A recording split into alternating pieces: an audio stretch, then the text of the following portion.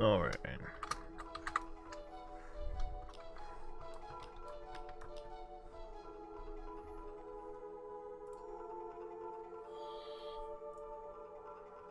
Alright, it's all there.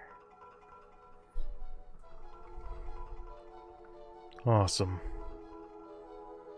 Test, test, test. Alright, looks like we're live.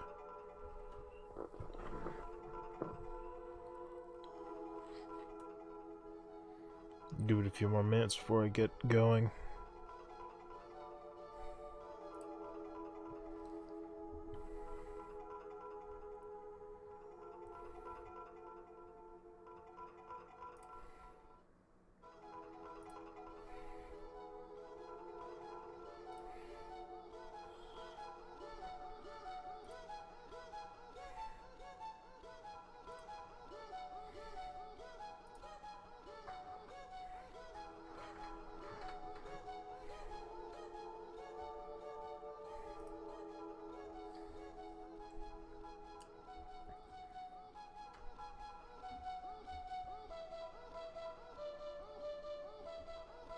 Alright, everything seems to be working.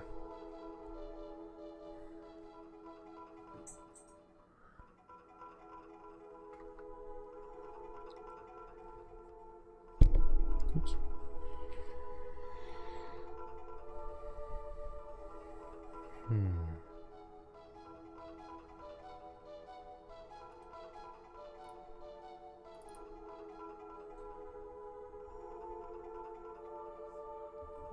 Should I...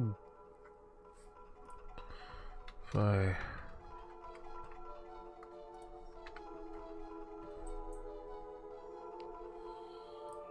View... Do we want this just a little bit bigger in case no one actually wants to try and read it? Alright, to fit...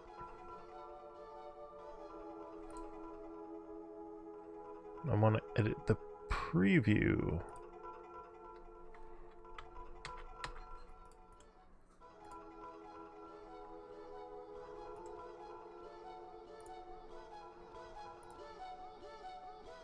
Will it let me do that?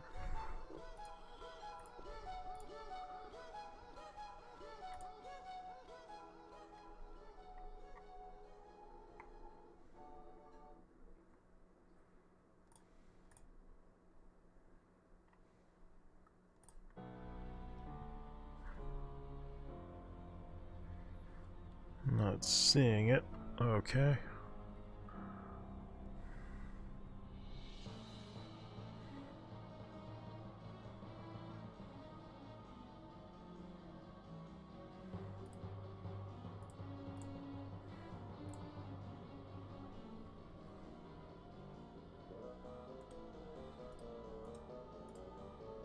Oh well. No biggie.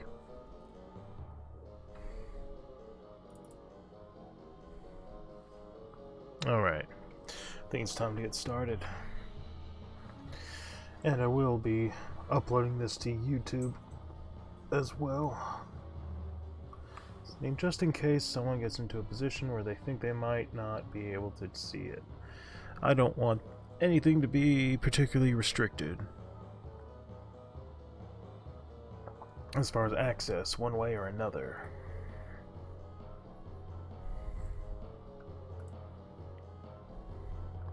And I guess we're just going to go ahead and run the route of progression as far as Twitch goes and see where it goes.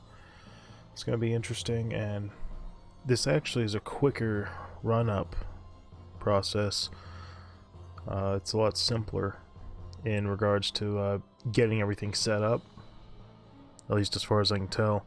So I might keep on this. Also might be quicker as far as any potential monetization, and I'll definitely appreciate any potential income that comes my way.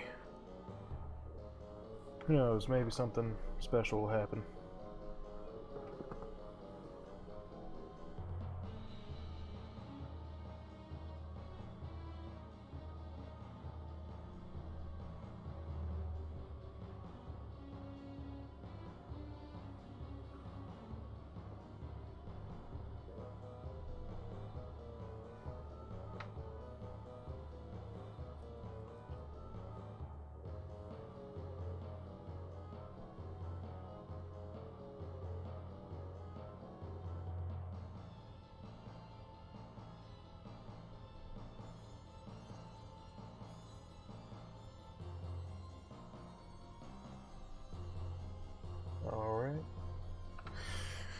Okay, so now we're going to continue. The last one we stopped on was Everyone is Served. We're over 600 stories in, and I think we're riding right along. Since I have Indigenous Peoples Day off, I figured, okay, might as well go ahead and stream again.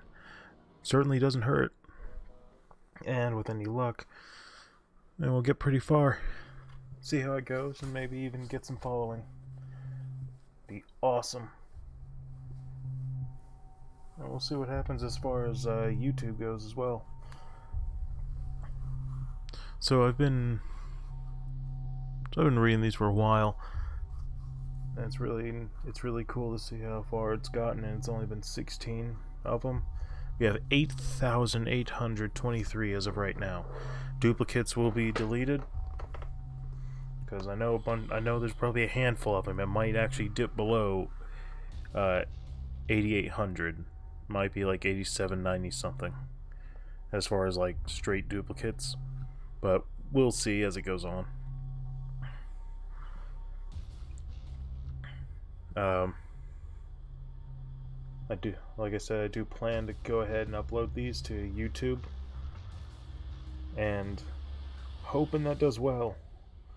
There's no guarantee of that, but it is still a way to keep consistency on YouTube one way or another. And maybe you'll get something. But in case someone actually wants to look back at all these stories, I wanted that to be in some way archived. I'm sharing to all the same places.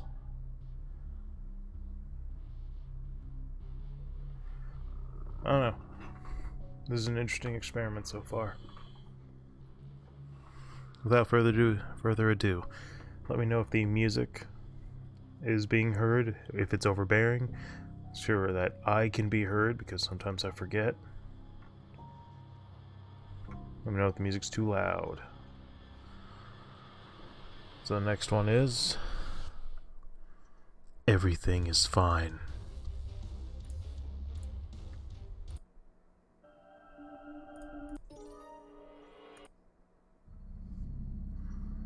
If you are reading this, everything should be fine right now, and nothing wrong ever happened. Everything is fine, and you shouldn't worry yourself over this. I'm completely fine and safe. My name is Redacted. Today is Redacted. And I'm writing this down because everything is alright and I don't have any problems. Today my coworker had something completely fine about her, which I found perfectly good. I asked her if she was fine, and she said everything is alright. I drove back to her house and offered to help, but she said she was fine and kicked me out. At that point, I noticed on the streets looks kinda great and alright. And that was fine by me. As soon as I got back, I turned on the news and it said everything was fine. I found it okay. Not long after I got a call from my parents, they told me everything was fine, I shouldn't worry. Their voices sounded fine. So I asked if something happened to them, in which they replied that everything was fine. I gave up. Then I heard some ruckus in the street. Some hobo was flailing around screaming. Everything is redacted fine. They're redacted you. Just redacted buddy. As soon as he shouted that, everyone around him just stopped all of a sudden, and everything was fine and there was no disturbances anymore. This is alright. I have a fine feeling about this whole turn of events. I think they're knocking on my door right now. I'll try to barricade it, see how long it holds up. That's actually really neat. Using sensors like that to your advantage. That's a really good way to do it.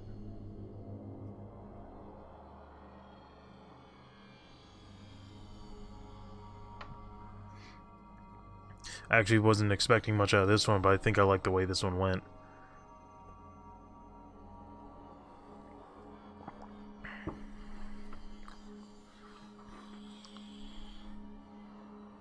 Just try and fill in the blanks. My name is Peter something maybe. Month, day, year, probably 2012. Don't know what month. Somewhere in the teens. Yeah, I mean, it gets censored to this point. It's really interesting. The use of italics and the way that these redacted sections work. And it's really all I can do, because I don't like doing just silence all the time. Sometimes it works, but I didn't think it'd work for this one. So this one's actually pretty neat. This is one I'd probably do on my channel directly in and of itself. Another thing about these stories is I might want to go back and do a better version of some of these. Like, this one's a pretty good one.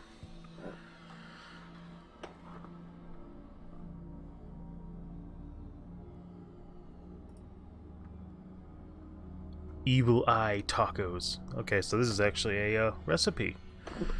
Alright, so you need 1 pound of ground beef, 1 package, 1 to 1/4 ounces of taco seasoning mix. Package, or 1.25 ounces of taco seasoning mix. 12 taco shells, 3/4 cup thick and chunky salsa, 3/4 cup sour cream, and 1 can or 2 to 2 1/4 ounces sliced black olives drained. To make it, you need to heat the oven to 350, mix meat and seasoning mix, shape into 36 1-inch balls, place in 15 by 10 by 1 inch pan, and then bake for about 15 to 20 minutes, or until done. About 160 Fahrenheit. So make sure it's nice and hot. Fill each taco shell with 1 meatball. Drizzled with salsa, top with 2 meatballs. Dipped in sour cream. Garnish white olives to resemble eyes. Okay, that's kind of neat. You can feel free to share that recipe, I guess. Someone's made that, go ahead and send a picture my way. It's kind of neat.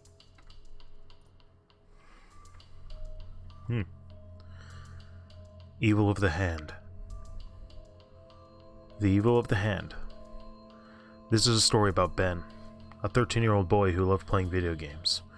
One day he went to a local game store that mainly sold older games. To Ben's delight, a used copy of Super Smash Bros. Brawl for the Wii was on sale for a mere $5.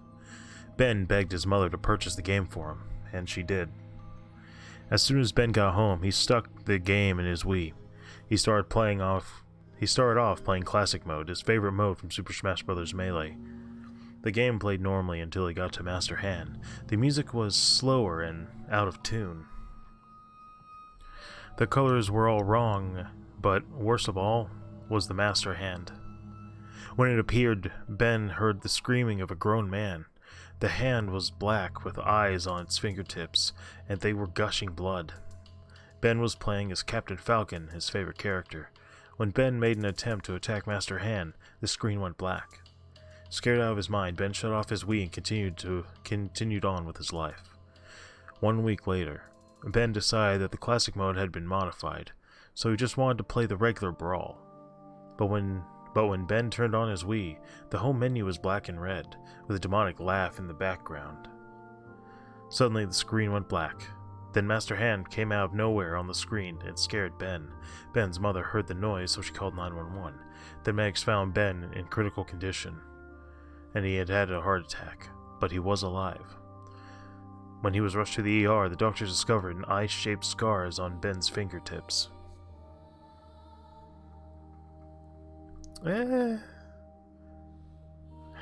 This is pretty this is another standard gaming creepypasta, but this one, this one you can probably do a mulligan on, or a gimme.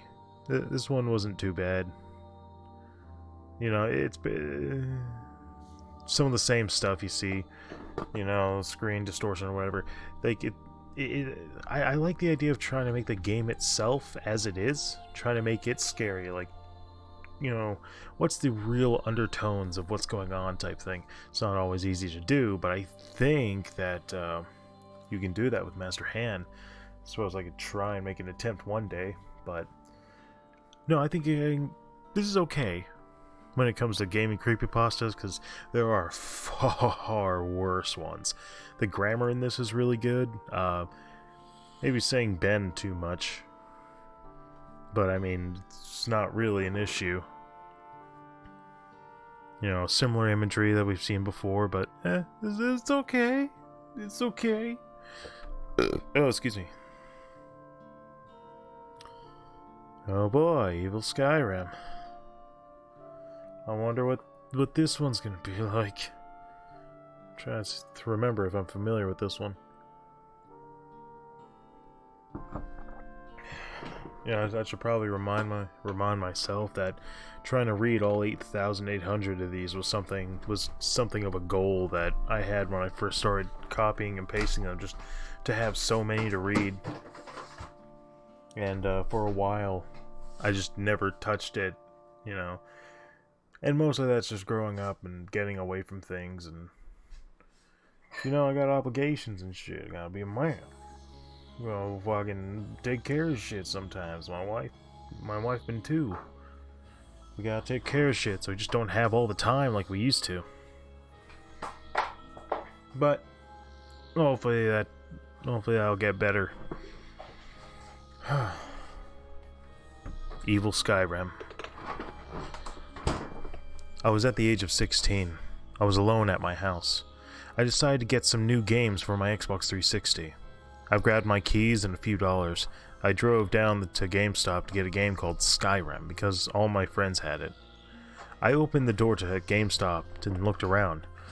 It was not really bright, and some of the games looked dirty or old. I looked around the Xbox section and found Skyrim.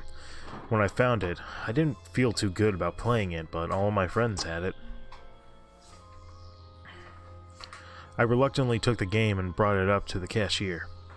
When I brought it up to the cashier, though, he looked rather pale, almost too pale to be living. When I showed him the game, he looked kind of odd. He just looked at me and said, "Take it." I didn't question why, as I was too busy celebrating me getting... Sorry, I can relate to that. I didn't question why, as I was too busy celebrating me getting a free game. I ran back to my car with glee and drove home. When I entered my house and ran towards my Xbox and turned it on. This is the caramel macchiato. Oh. I think you'll like that one more than me. That one's gotta be the worst one I've tried. For me. Like it's bad? It's just that the caramel is really strong. For me. Like, the caramel just overtakes everything for me. Whereas the others, for balanced and nice. Like, this side of my face is just filled with caramel right now. It's okay, but the other two I'd rather eat. That one I think would be more your son.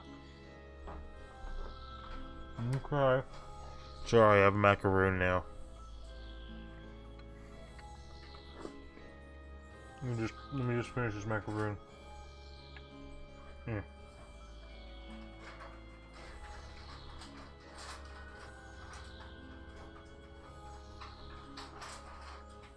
Oh.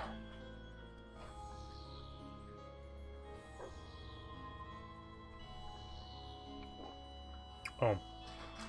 Okay.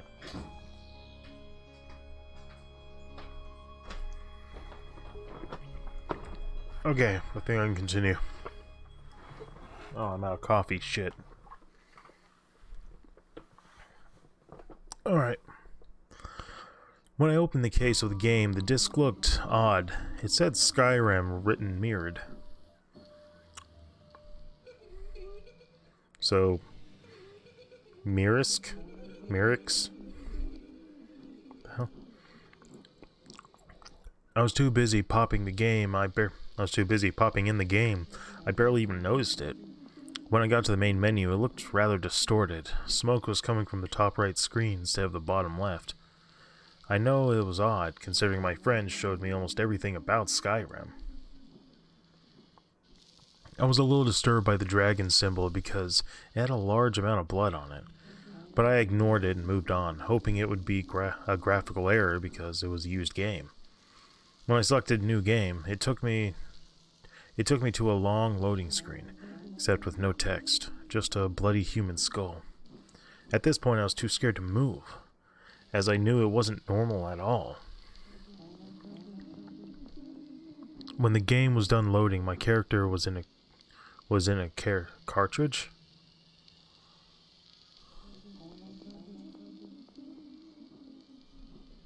I think it's supposed to be carriage.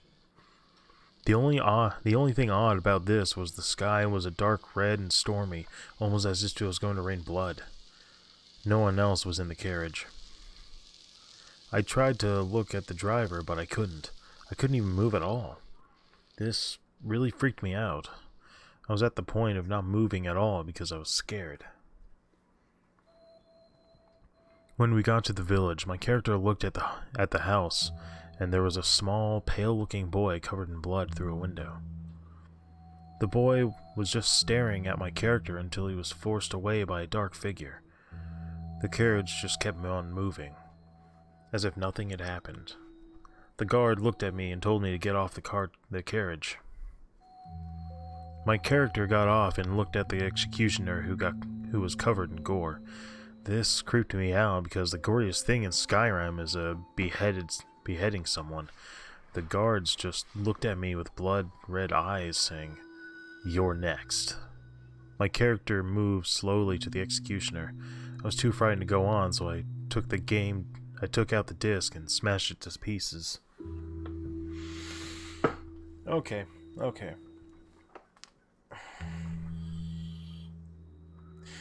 This could be a modded disc. Why? Because. Just because.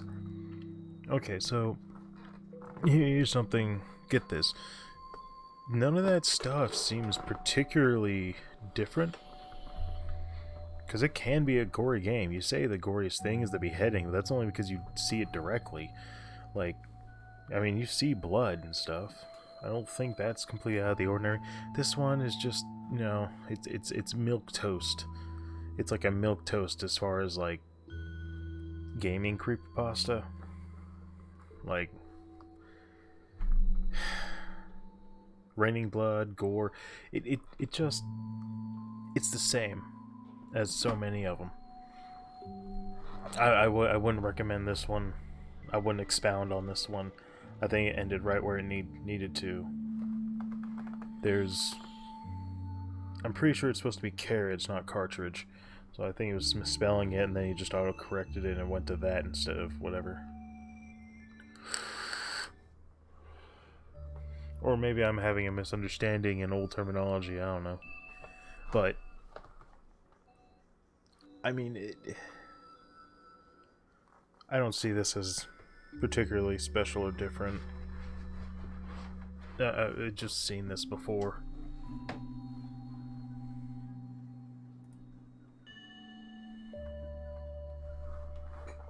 Oh.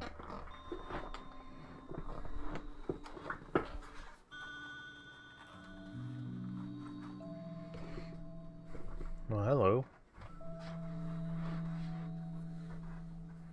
Might have a link to follow. No. Could do a reverse image search. Will it let me do that?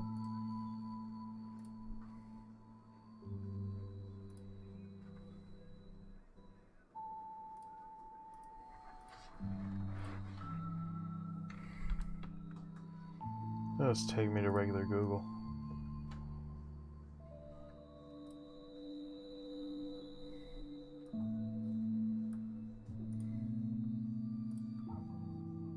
Sorry, I just kind of want to figure this one out.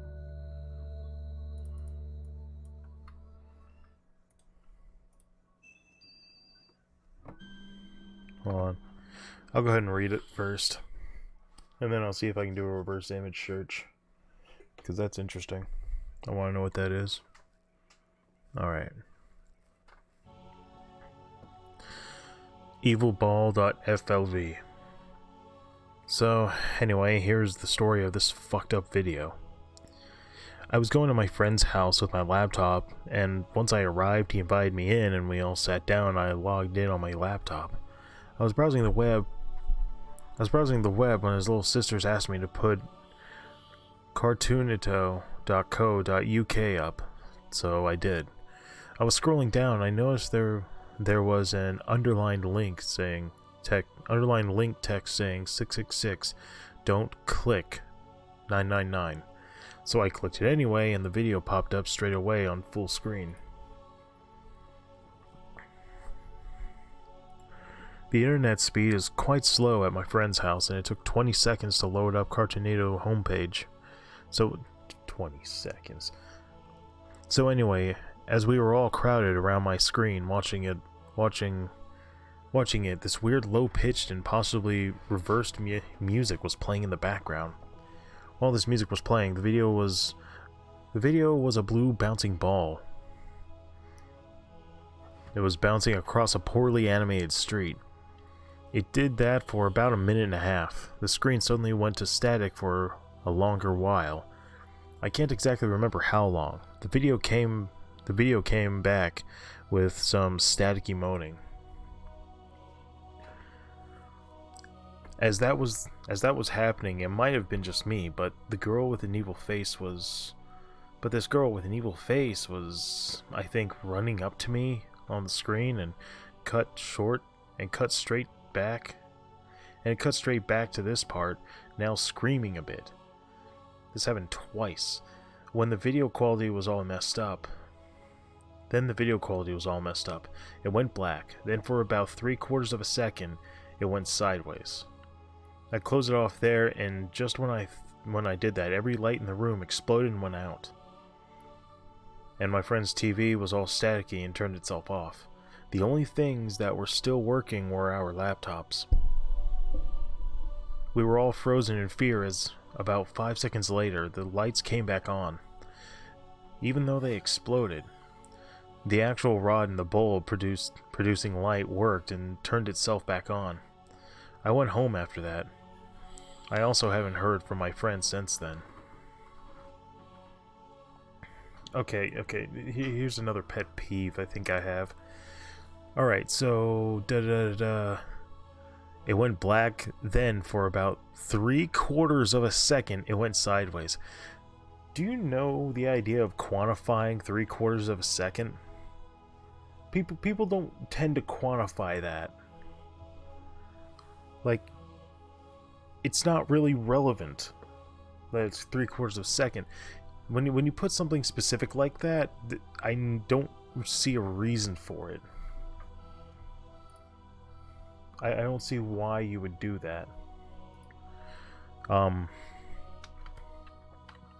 Because when you do that, it produces this weird sense of specificity that seems like you're supposed to do that, and I don't think you are.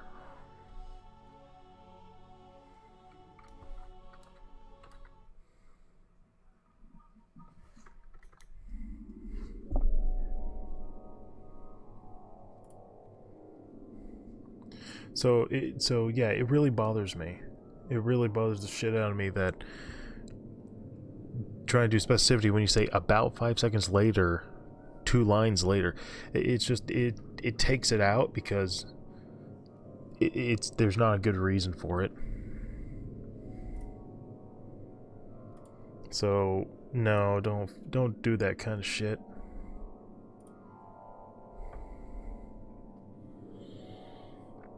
There's no really good reason.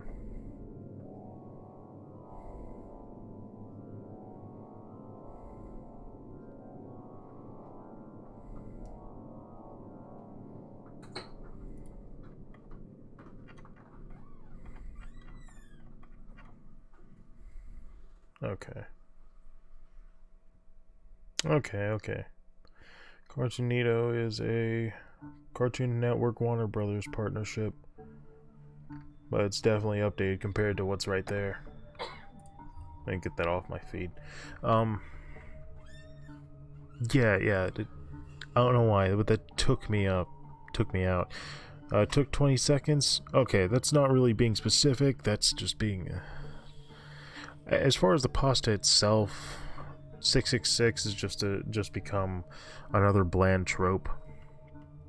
Even if you turn it upside down and say 999, don't click. There's a lot of these. There really are. And I guess it was relatively new back then when people really mainstream started throwing this shit out. But holy fuck, it's watered down. It's not what it used to be.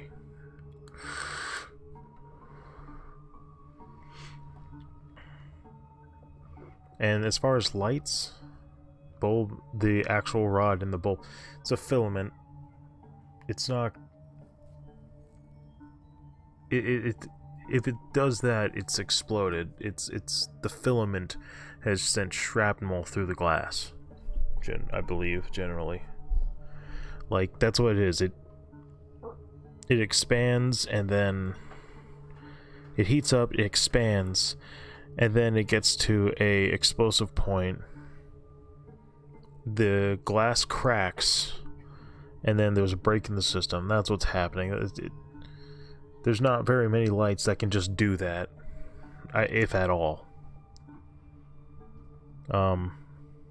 Just so much stuff that just took me out of this one. The only credit I can give is P.S. Nelly Beer Belly. Pisnelli Beer Belly, I guess. I don't know. I'm sorry, man. This could have been something better, but it's no. I will try to see if I can look closer at that.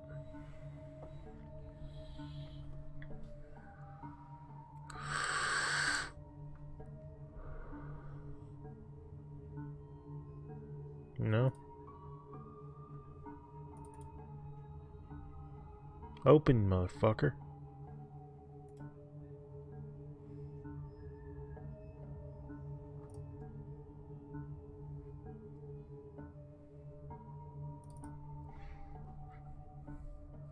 Open, you son bitch. God dang. Alright. Don't care. Alright, let's see if we can blow this up. View.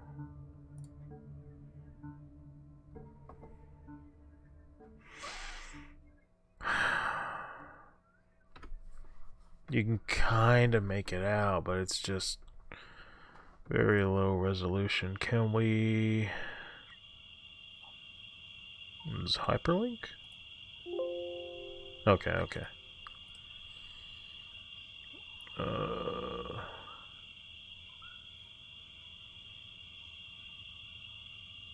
From that picture, if I just... Can I copy that and then throw it into the Google?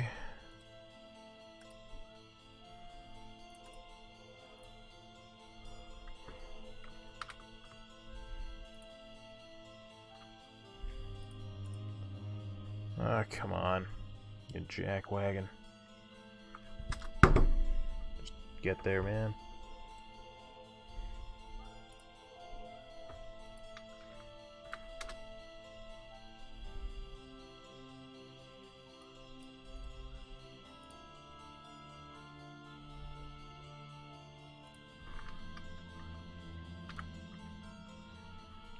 Okay,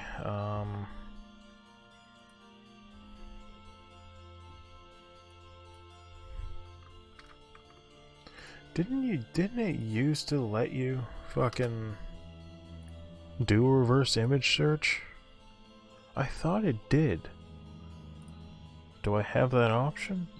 I could have sworn we could have done that.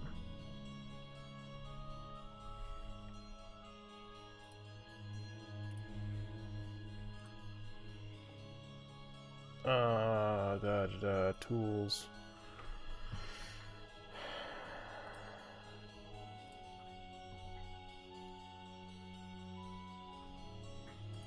Images. Search by image. Okay.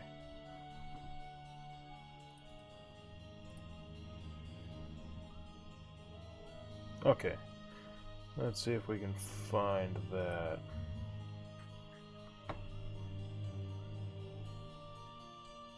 On what it used to be.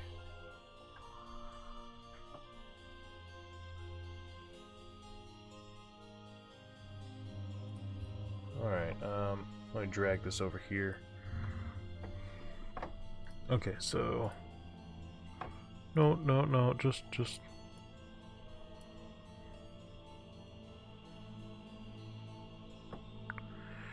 Just because this is the weird fucking picture, that is not what I'm looking for. Da-da-da.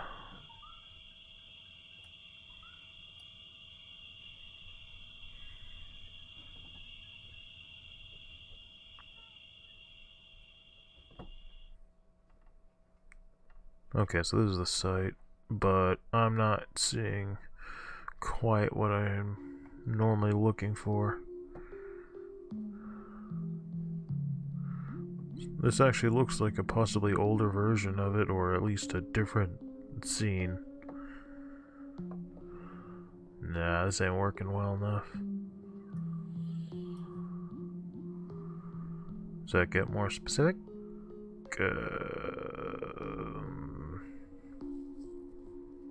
Not really.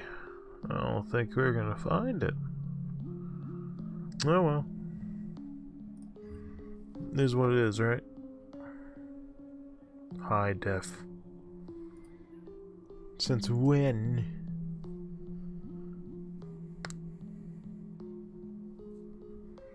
Alright, let's go back. I believe it was exam.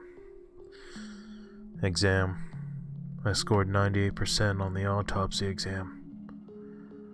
It's all thanks to my roommate. I'll tell him when I get home.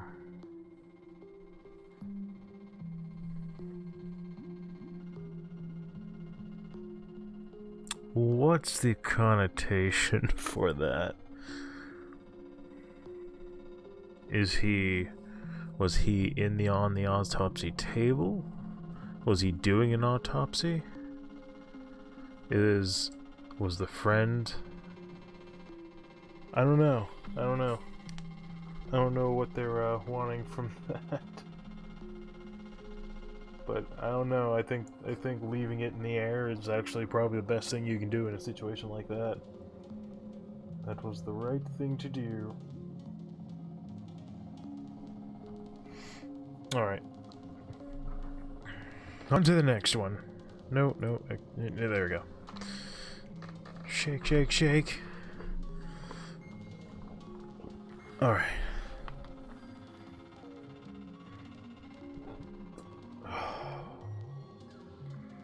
Expired.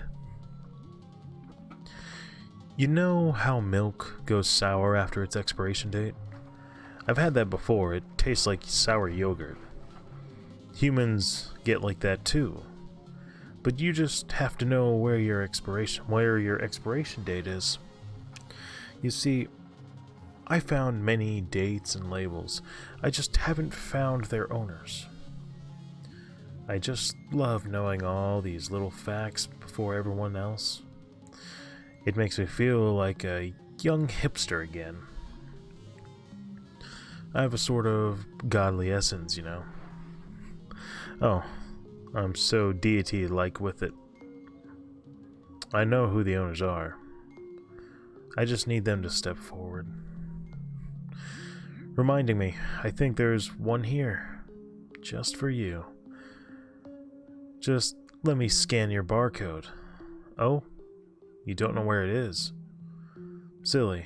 It's on your belly button. It doesn't hurt or anything. Just stand still. Oh dear.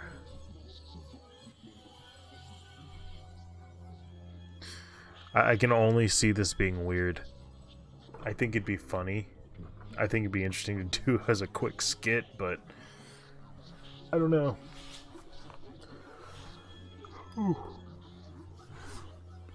Be a fun one. I don't know. I think this would be a fun one to do. Like, what the hell do you mean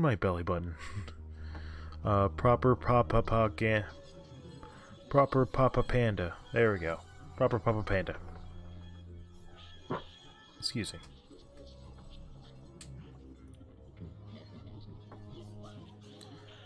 Extra credit. A university in Canada has two unusual things about it. One is a series of tunnels running under all the buildings. These were built for convenience as transporting things from one building to another, and for students traveling from class to class during the winter. One building, the experimental psychology building, was never attached to this tunnel system. There was only one door out of the building, and a key code is needed to enter or leave.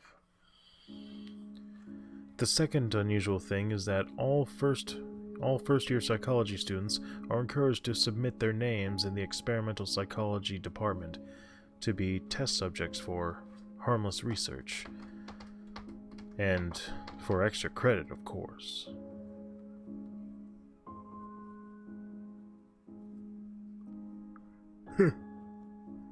And then they're never heard from again. This one needs more context, I think. This one just needs more. I feel like there's too much in the air for this one. I'm like, don't expose what's going on, what these experiments are or anything. Just a little more on like the pressure, maybe. Oh, we're in the eyes section. Oh, let's pay them. Eyes on me.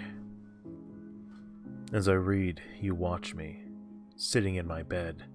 Pause as I read with much contempt. Filling me with dread, you feed, you fill, you engorge yourself with nothing but my fright. You become stronger, much, much larger, and watch me with greedy eyes. For you wait for your chance to take me. Yeah. I think this has more to do with like the ever-looming feeling of that comes over you as you read a bunch of stories like this. So you're reading these stories, you know, for a long period of time, and you get to the point where it's starting to get to you. It's starting to drone on in your head, even though you're still entertained. But your body is almost like rejecting wanting to read these stories, so you have to make a decision. Do I keep progressing because I know there's no issues, or should I go ahead and stop and just chill out?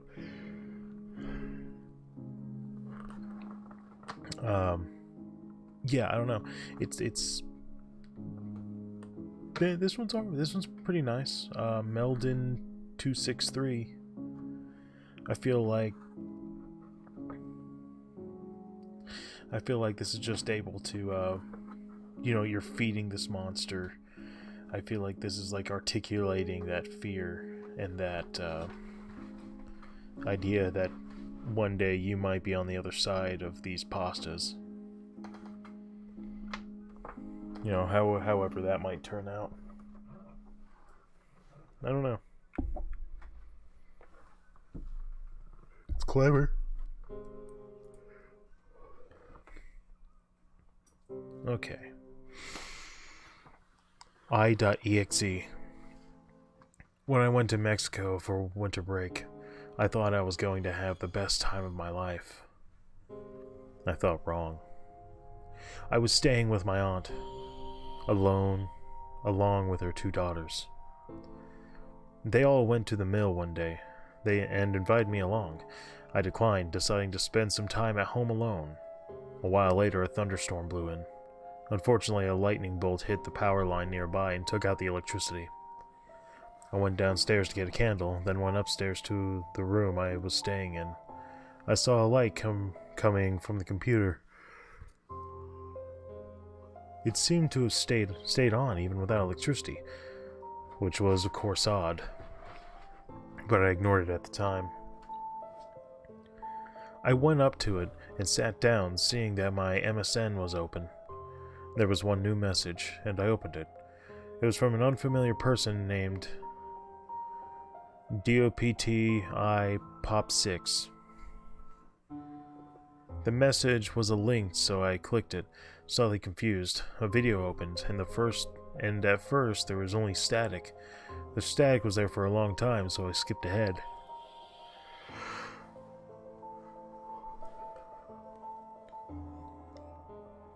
Then it showed a bloody Winnie the Pooh doll with its eyes taken out. Damn it. Why are my eyes... It's probably the incense. I lit incense. And it smokes like hell.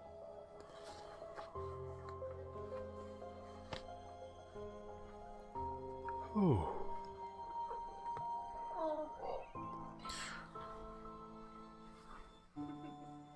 Oh, Farah. It showed a bloody Winnie the Pooh doll with its eyes taken out. I love scary things, so I kept watching, now rather interested. The Pooh Bear doll fell down and landed next to a seemingly dead body. The body then picked up the doll and ate it. It was a woman with long black hair. She got a pencil and started jabbing her left eye. She managed to take it out, and the eyeball blinked. Soon after that, a pop-up came out of the eye. There were words that said, "Send or die." I laughed gleefully, thinking it was a joke, so I exited the video. 3 weeks later, I returned to the US. When I got home, my dog was sitting on the floor whimpering. One of his eyes had been gouged out. I ran outside my house and saw a woman standing in the middle of the road. All she said was, "Send or else." When she vanished, I rushed upstairs and forwarded the video to a person I hate. I will never forget that woman, how she looked, and that doll. 3 days before I wrote this, I received a package. A Winnie the Pooh doll with one eye.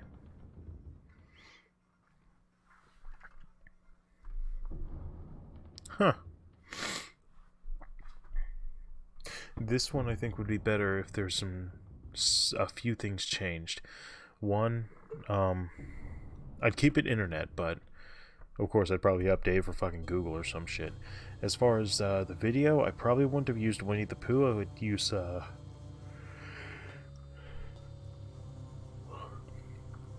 I'd probably use something maybe more humanistic. Not like a, a wooden doll or dummy or something, just like it'd still be like a plush, but something relatively human. I don't think I would have made an old lady either. I think I would have made it a middle-aged woman.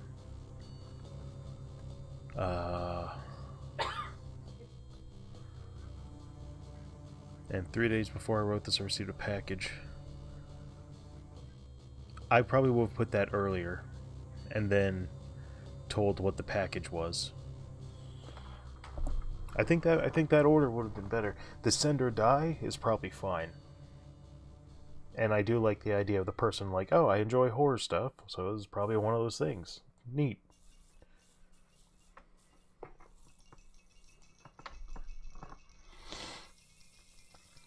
Eyeless thing.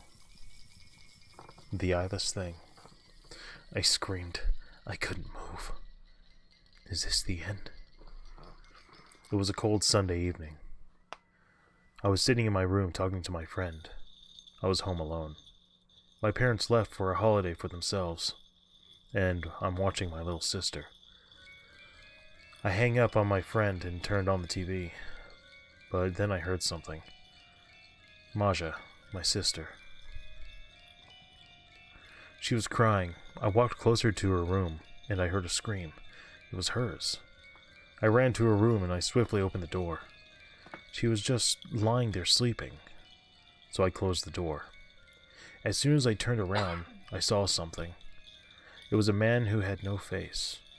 I screamed at the creature. He opened my mouth and he tried to cut off my tongue. He opened a mouth that it didn't look like he had. He had a long tongue and a lot of sharp teeth, but then I just fell asleep. I woke up in my bed. I felt good. It was probably a dream. I walked out of my room, into my sister's room. She sat in her crib, wide awake. Her face was cold. I tried to carry her, but she started crying. She shouted, scary man," and I put her down. Was it more than a dream? I got chills thinking about it. I opened her crib and let her out. She was scared. Later that same night, I begged my mom to come home, but it was too late. I heard something outside my window. When I looked, my eyes were greeted with the same man with no face, staring at me. I screamed and I tried to run. He got through the window and he was moving slowly. His body twitched. I ran into my sister's room and found that she was dead. I started screaming as I looked at the bloody corpse, and her organs were ripped out. I had the urge to puke, but I hid in the closet. I heard the creature outside walking around. I thought I was safe, but the closet door flung open, and he took one of his long nails and stabbed me in the forehead. Slowly.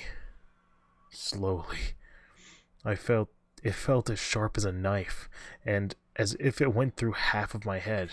I screamed and cried. I felt my body fall to the floor, but I never died. A young girl has gone missing in New York City. His sister was found lifeless, with her organs ripped out of her stomach. The police are still looking for the murderer. Another Slendy man. Effectively. Yeah. This shit. I don't know. I was actually kind of invested in this one. But once you get to the climax part, that's where a lot of these seem to break down. It's not like I'm always looking for a happy ending or some shit like that. It's just, I don't know. Because I didn't have a problem with the setup.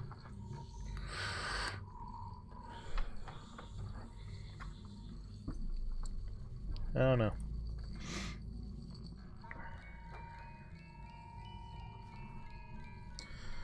Eye of Eyes. I am a simple Roblox player, and I like to search names of other players to see what I can find. Not too long ago, I found an account that had been inactive for a very long time, and I clicked it out of boredom. It was a place that I couldn't play in, which I expected because it was so odd. To my surprise, however, there was one place favorited on the account. It was a place called Eye of Eyes Place. Out of curiosity, I clicked the place, for it had only been created yesterday. I clicked play in wonder.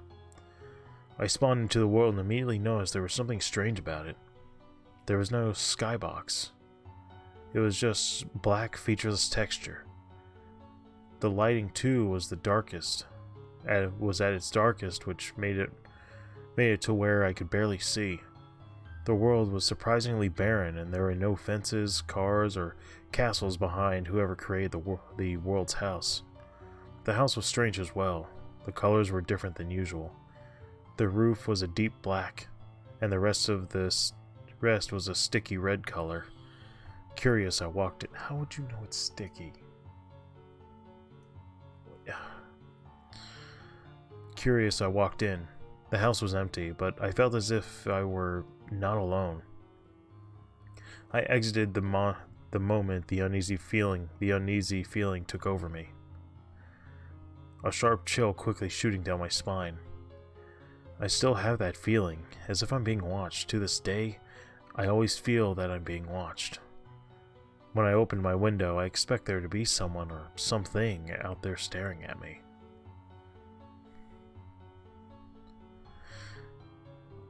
I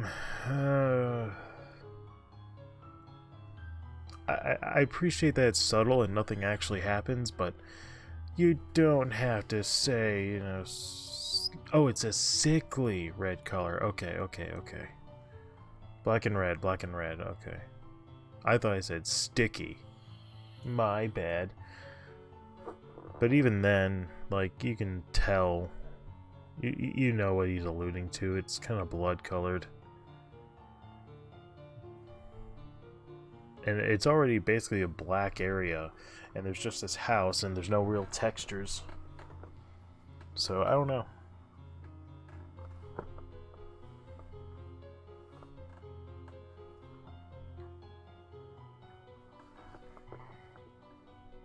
And I can't say I haven't played Roblox, and I can't bring myself to be interested. I just have no interest in playing it. Maybe one day I'll garner an interest, but as of right now, I just don't care. Is that bad of me? I don't know.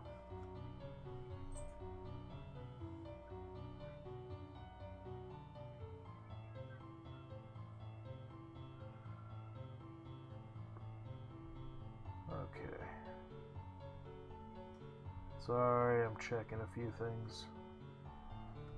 There we go. Alright. Eyes are clutchy.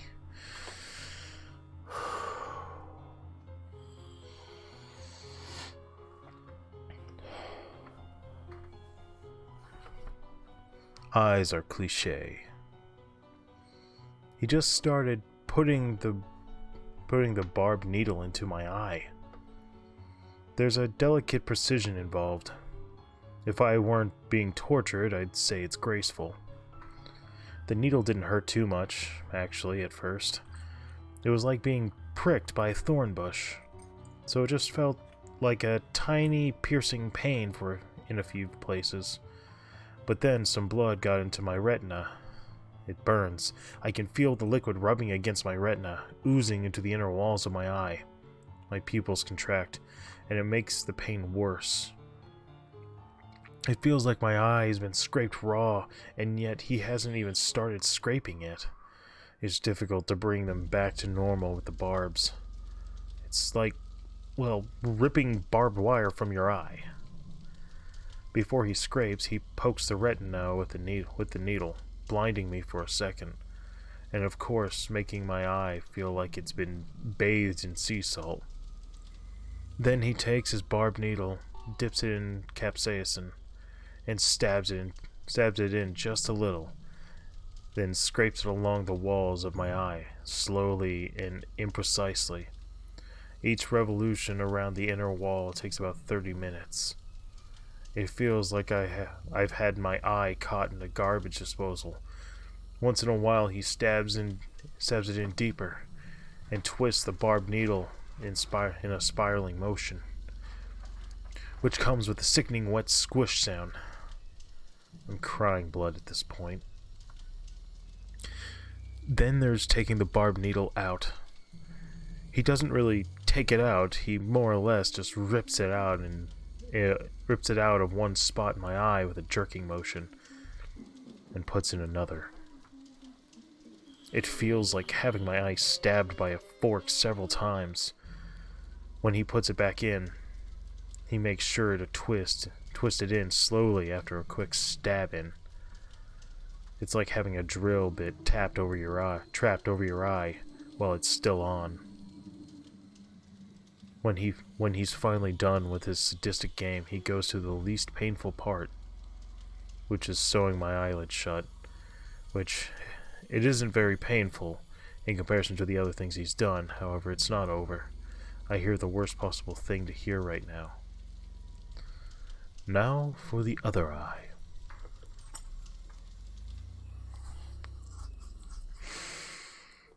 Okay. This might be Nintendo's Dream. By Tiger Tonic 123, I guess. Okay, so when it comes to video games, Nintendo seems to be the king of shoot it in the fucking eye. Stab the eye. This would probably be a fucking dream to them. God damn. How many enemies is there, like a big eyeball you have to hit? There's fucking Goma, whatever that weird squiddy thing is. The squid's in fucking Wind Waker.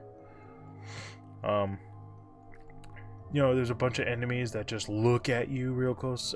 Bongo. I mean, there's plenty of enemies where that's not the case, but I mean, shit.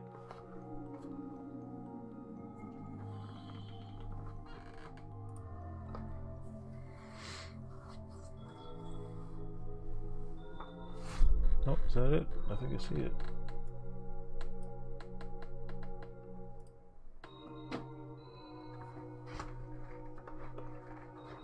Or is the lights up here it? I don't know. I'm sure this is just a reference photo anyway. Eyes in the closet. Have you ever walked into a room and noticed the closet door hanging ever so slightly open? But, you know, no one has been in there. You normally assume you did it but forgot to close it, or think maybe someone else did it. You open your closet sometimes and look around. Nothing. You won't ever see anything unless you wait until the sun goes down.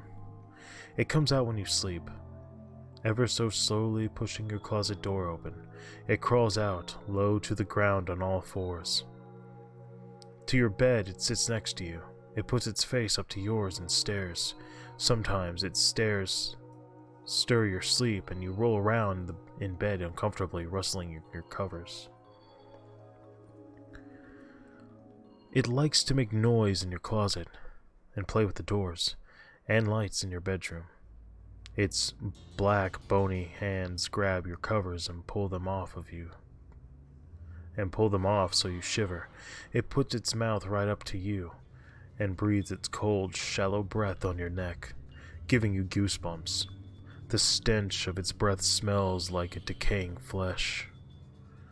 It will continue to toy with you. It loves to play with its food. If it manages to wake you up, and you open your eyes, it will be there, with its jaws gaping open. It doesn't like it when you see it. It's a boogeyman. It's a boogeyman. I don't know. I don't care. It's okay. I know it's a closeted story, so I'm not gonna. I can't fault that one too much, really. Okay.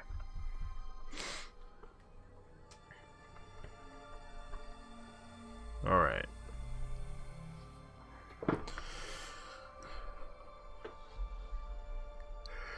God damn it. The Eyes in the Dark. It is 9 a.m. I'm floating in the sky in freedom, no restrictions, just freedom. No limits, just the pursuit of happiness.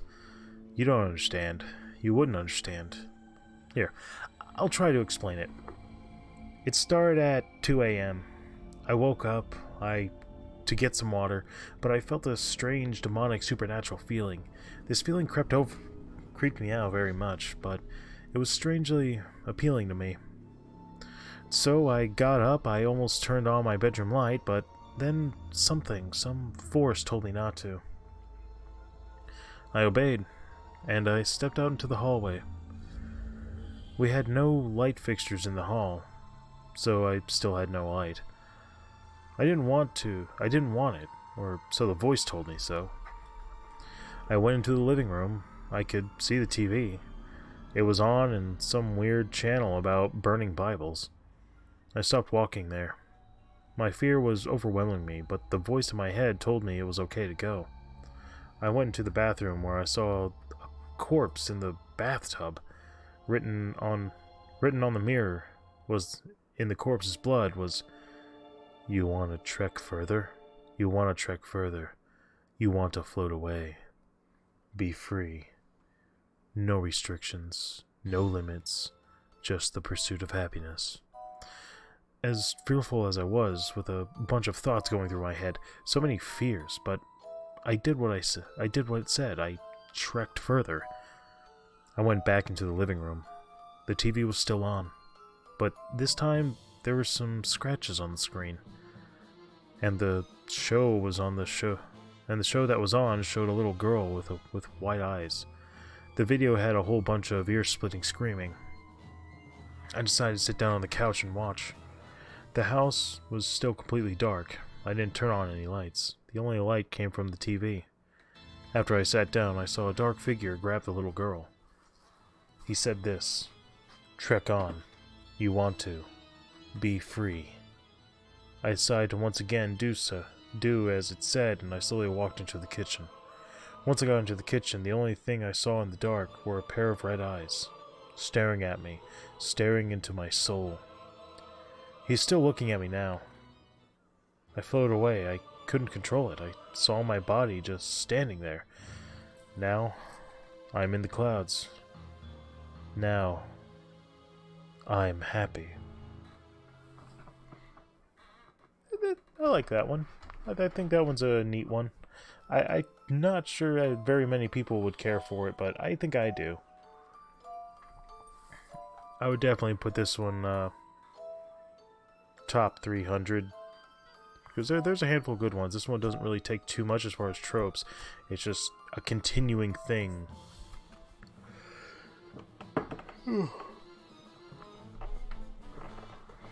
Just getting baited for shit.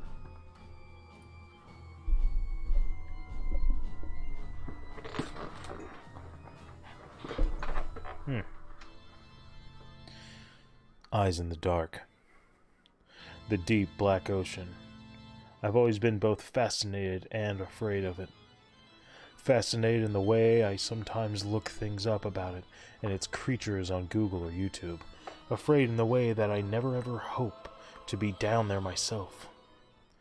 I'm talking about the real depths here. I've snorkeled on vacation before and I've dived before.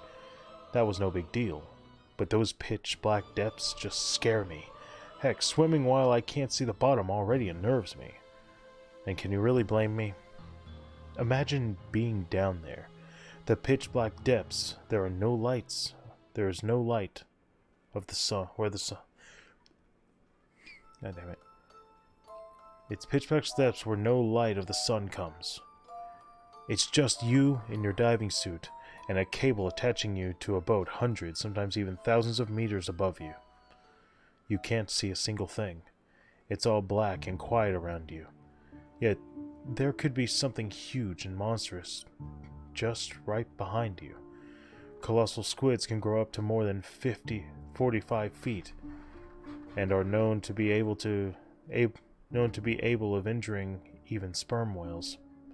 They live at depths of about 2.2 kilometers. Imagine one of those beasts swimming just beside you.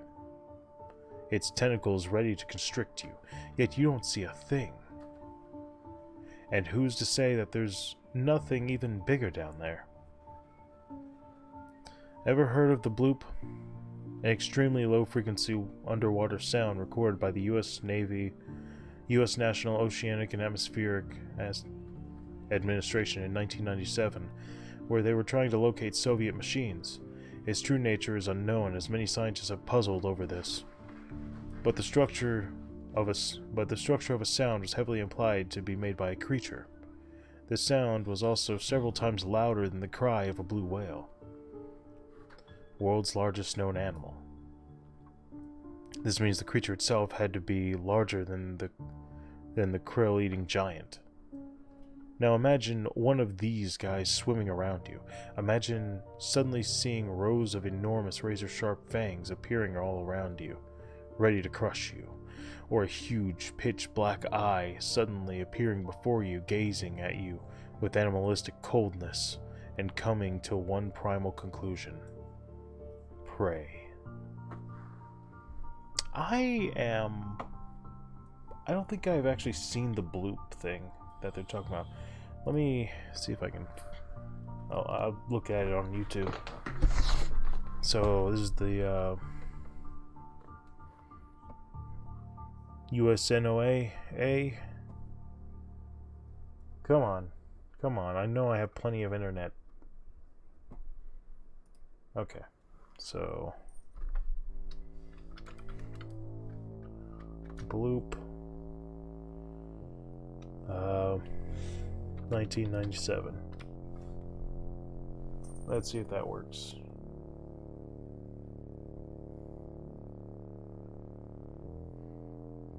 The NOAA.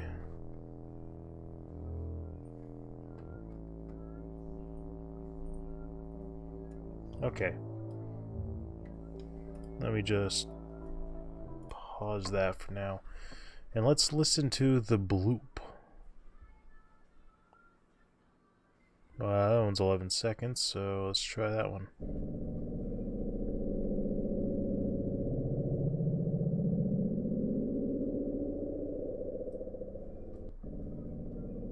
think that's it. Noise was heard by that. Let's see if we can get this. Come on, come on.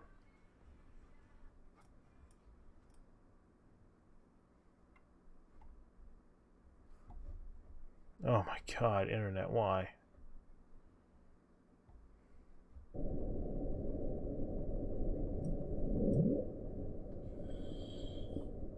This noise perplexed scientists for over a decade. That noise was heard by the Oceanic in Action or NO. Okay. So that's what it was.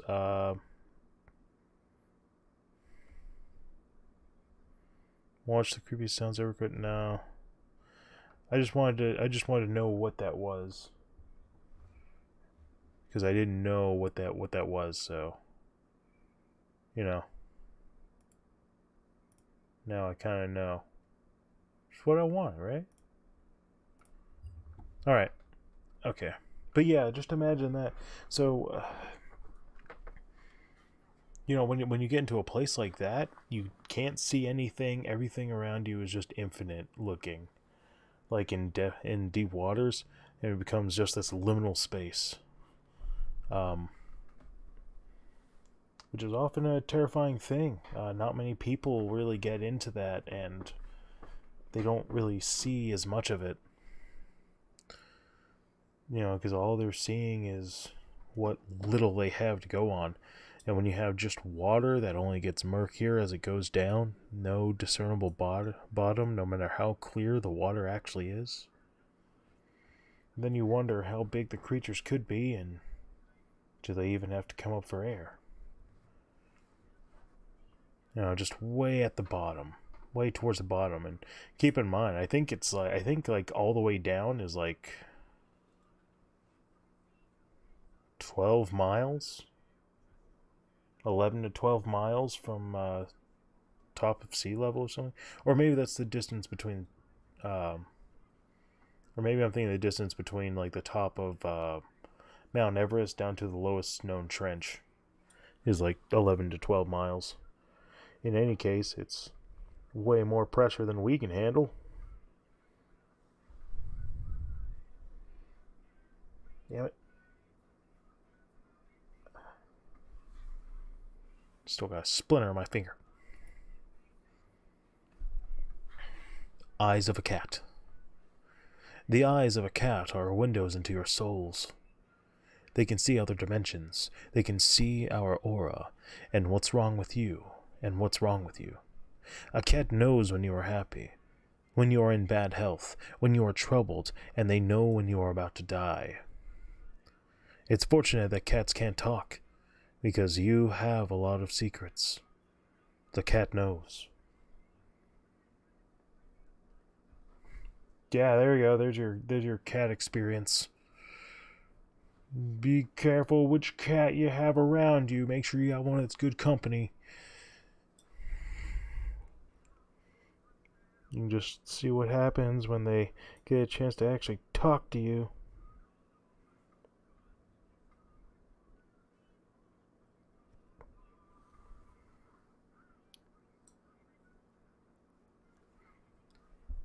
By fur-bearing brick, I guess.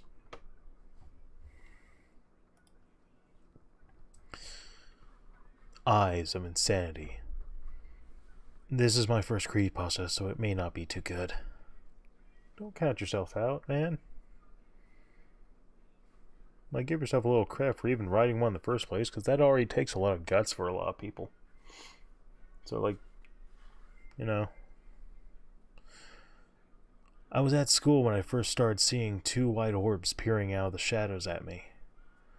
Hey, Zach, what are you looking at? A friend of mine, Jake, had asked me. So I told him nothing because I thought I had just imagined it and continued eating my lunch. I saw it again during my keyboarding class, in the shadows near the broken lights. This time the lights were very bright and it left spots in my eyes when they disappeared. I continued to work, but I couldn't keep the two lights out of my head. This thing was starting to freak me out, so I did everything I could to ignore it and do my work.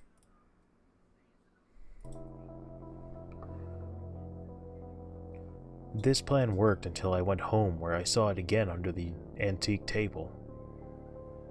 This time my eyes hurt from looking at it. Its scream sounded like a multitude of children screaming. The thing was elsewhere. The thing was everywhere I went, screaming away at me. I began to think of death as my only option to get rid of the noise and eyes. I ran to the top of my house, screaming at the thing.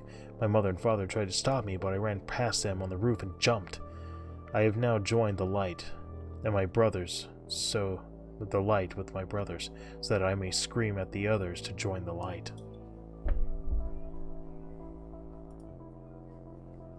Okay, that's a thing, I guess. Damn, this fucking sliver's really kicking my ass right now.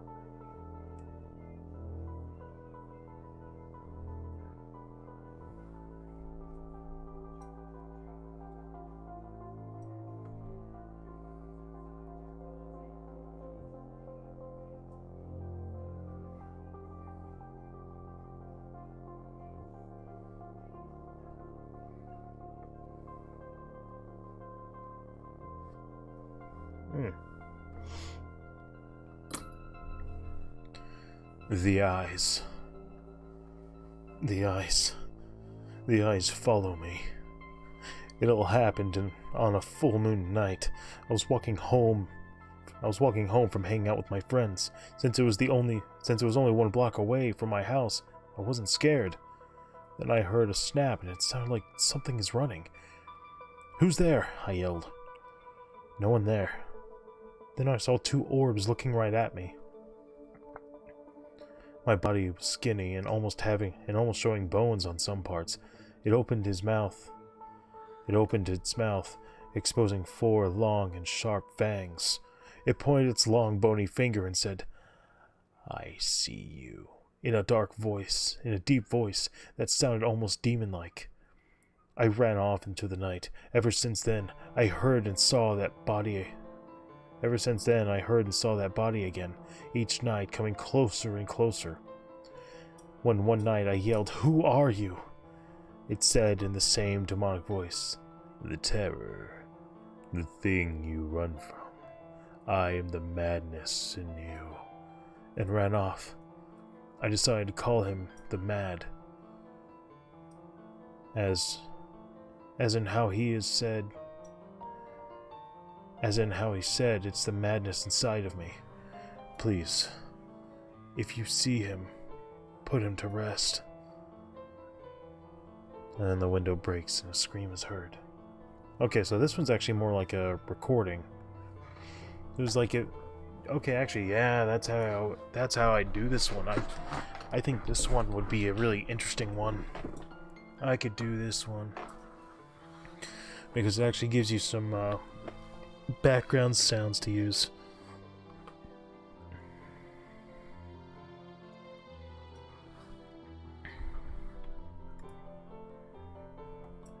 Eyes. I'm sure everyone has heard the term, the eyes are the windows to the soul. Sometimes, however, there are people whose eyes are difficult to explain. Many times others describe the eyes as soulless, though they know it's not true. Other people are more accurate in their descriptions. They say it's as if that person has multiple souls, like a physical embodiment of DID, dissociative identity disorder. They report feelings of being unsettled upon looking into the eyes of such an interesting person. Let me tell you, though, that these people can be dangerous. Most commonly, you see this intriguing characteristic in psychopathic killers. See, if you looked into the eyes of Richard Chase or Jeffrey Dahmer, then you would perhaps say the same thing. You might say it looks like all the souls of the people they killed can be seen in their eyes. Let me tell you that you wouldn't be too far off by saying this. How do I know all this? Well, let's just say that I get that compliment a lot. Lucid Atre. Lucid Atre. Okay. I can't say I've said that. Like, normally, as far as their expression, it's just purely, I don't think I've ever had, like, the idea of, like, multiple souls or anything when I look in someone's eyes. I don't think I've ever heard of that before, so that's kind of a new one. On me, anyway. Fuck, I don't know.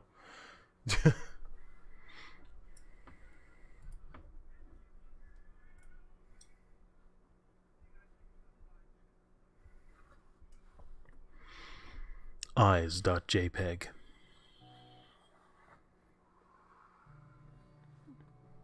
The hell?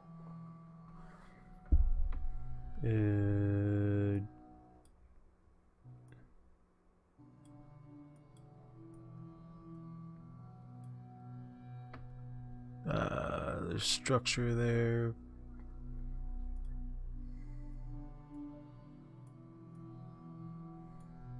Just an orb, it looks like. Okay. Eyes.jpg.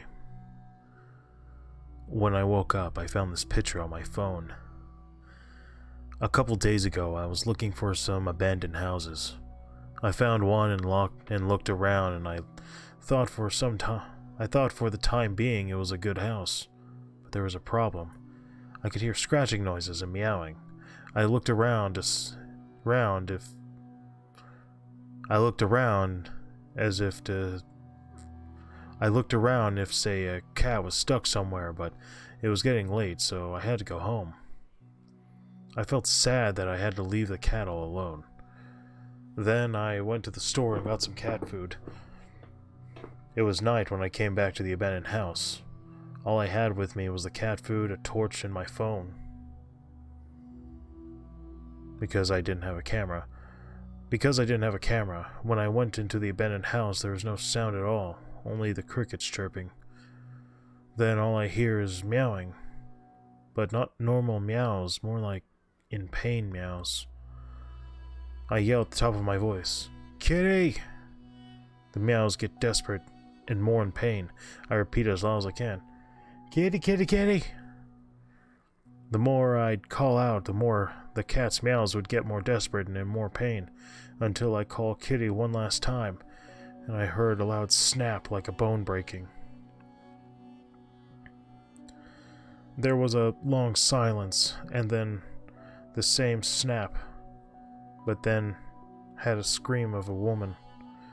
My mind just started to shut down, and I have to fight or flight instinct to start.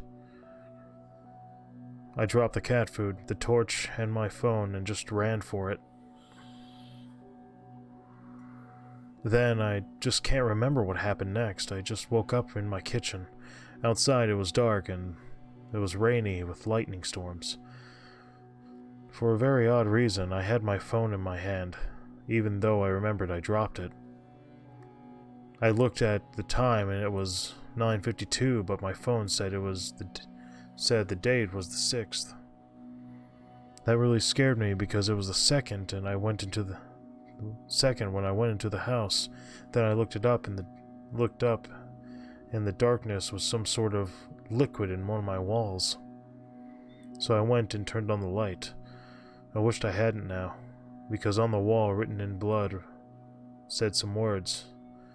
They read, "Thanks for the food."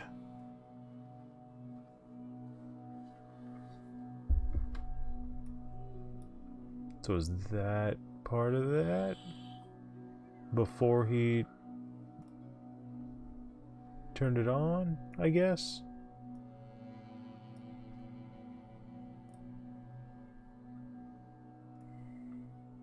Okay. I don't know. Oh! We're in Foxtrot. We've officially hit Foxtrot. Nice. Fables. 14-year-old Dolly opened her eyes slowly, and though her blurry vision saw a dark figure move at the foot of her bed, she immediately recoiled back and whimpered, "Who's that?" The figure turned its head and looked at her for only a few moments before moving to the desk in the opposite wall, picking up the adjacent foldable chair.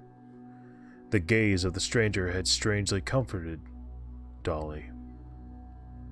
Despite the curious circumstances, if asked, she wouldn't be able to explain why she was so calm in its presence. While the mysterious figure moved about her room, pulling a book out of the shelf over her desk as well as the chair, she looked at her electronic clock and saw, in neon blue numbers, 3:53 a.m. on the face of the clock. She looked back to see the visitor standing over the side of her bed. The figure, taking on a slightly more recognizable form of that of a male, set the book down by the side of that bed. He then proceeded to unfold the chair and place it next to her. The man sat in the chair and bent over sideways to pick up the book, never breaking eye contact with her. He opened up the book and moved his hands to his face as if to put on reading glasses. In a lovely, warm voice, which Dolly instantly recognized as her father's, he started reading excerpts from Aesop's Fables, which were her personal favorites as a young child. Dolly lay and listened to her father, read The Ant and the Grasshopper, The Bear and the Travelers, The Boy Who Cried Wolf, The Dog and the Wolf, and her favorite of them all, The Lion and the Mouse. She looked back at the clock to see that she had spent a full hour listening to her father read aloud to her as he did years ago. Like a young child being sung a lullaby, Dolly felt her eyes get heavier and heavier. She fell asleep as her father brushing her hair out of her face. She woke up the next morning crying. She was so happy to have spent a little more time with her father who, just 1 month before, had died at the hands of a thug.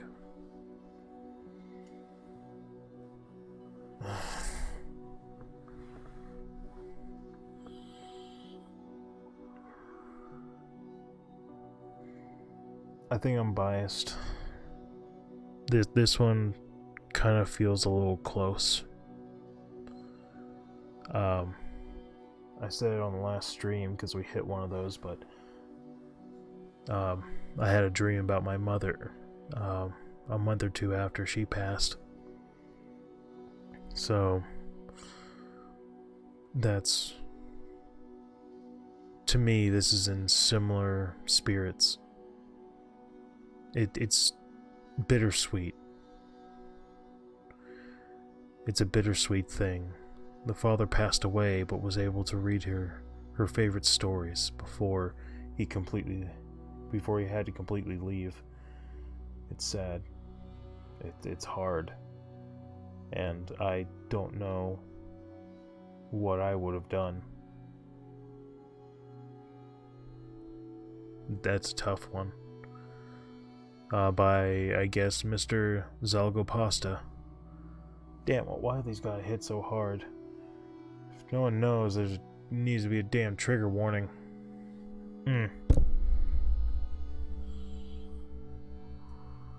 Damn. That one hit hard. That one hit real hard. That one was a hard one to push through. Damn. Okay. Let's go ahead and move on. What the hell? Alright. Face in the crowd.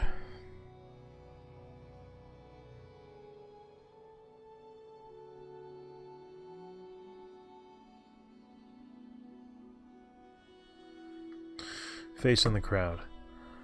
I saw a woman the other day, and I'll never forget her.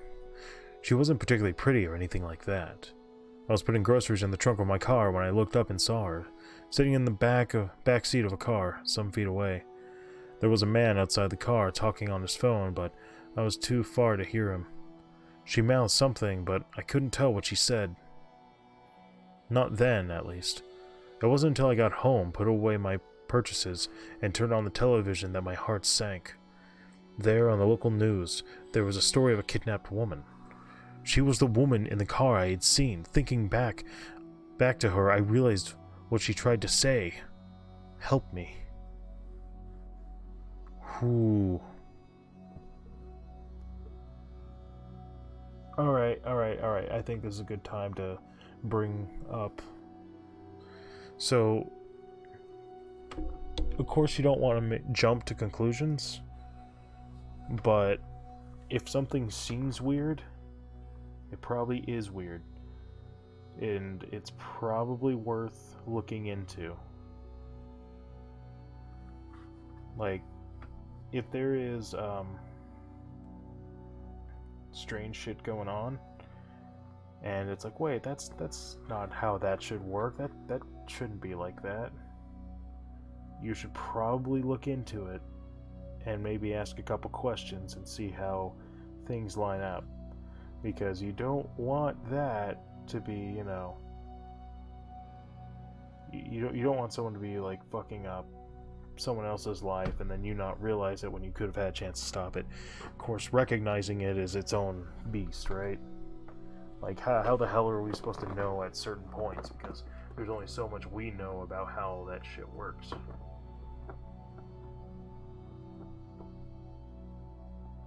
I know that's one of the issues I generally have is I'm blatantly obvious things aren't so obvious to me.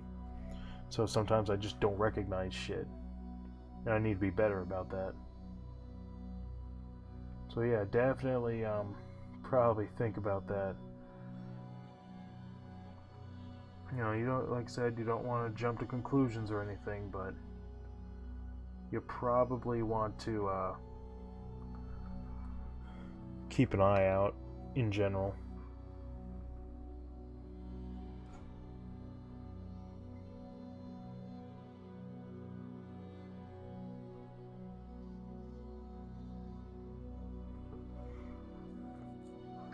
Alright. Okay, I think we have enough time for this one. No, okay, we have time for a few. I keep looking at the wrong thing. The session's at 1:50, but I didn't start till 8.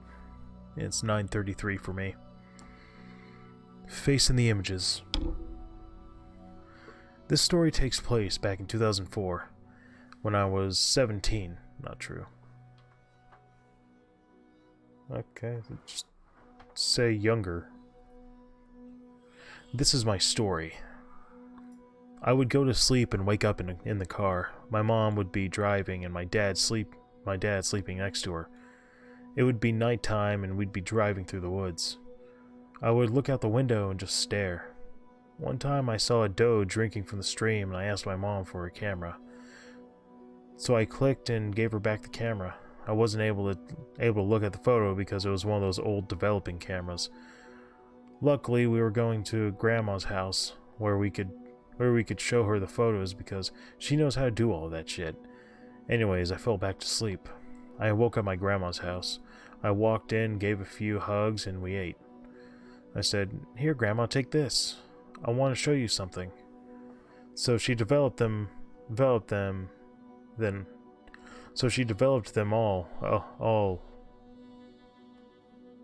So she developed them. Then, all of a sudden, she yelled our names. We came in, and we were all startled and horrified. She thought it was some sick joke, but my grandma was crying. The photo showed a child lying dead in her bed, with a guy in a suit staring at us. What the fucking shit? Holy fucking shit! I screamed, then saw my grandma having a stroke. We screamed, panicked, and called 911. When the cops arrived, we explained what happened. We showed them the picture, but the picture showed the doe drinking the water. But the picture showed... The officer asked if I needed help. I said no, and then I went to talk to my mom. She saw the photo as well. We were horrified, and then the officer turned and looked at us. And was the man in... The officer turned and looked at us and was the man in the photo. Holy shit! He struck at me, but I dodged. My mom pulled out an old .357 from her purse and shot the officer. That's all I remember when I awoke in my bed that night.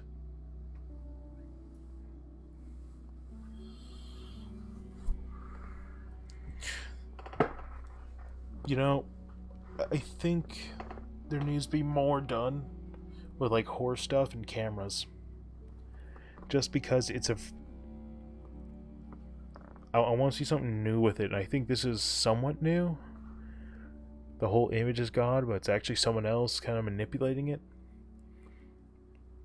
Here's kind of like, so you remember 1 Hour Photo, where he's taking pictures, supposedly taking pictures, but when they see the pictures, it's just mundane shit.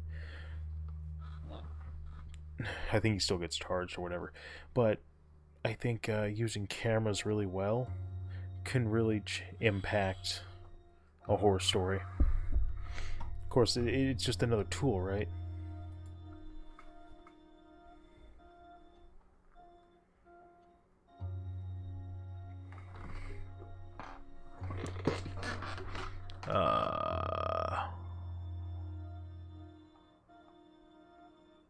Okay. Face of Death. Discovery. In 2011, Jordan DeFranz found a picture on his dresser belonging to his father in the 1990s. Never knowing about the face near his father's album, he then used today's tech and used it to zoom in on the mysterious face. Shocked to find this image, the man would have disturbing image of what happened to this poor man or malevolent soul. Unknown happenings. In 2012, Jordan DeFranz had a severe stroke while visiting his brother's house. No one knows how he had this stroke or how the picture got into his father's photo. But as the top investigators see the image and zoom in on the photo, but they could not find the face. His brother, on the other hand, Zane DeFranz, and his wife Mary saw the face on his dead brother's computer. But weeks later, when investigators went to see the face, it was gone. Myth. Today, people say that the face of a demon and it vanished when Jordan died. So if anyone sees the face of death dies, an unexplained death. Okay, just a slight bit of grammar in that one. But otherwise I think this one could have been really interesting. So yeah, check it. This is all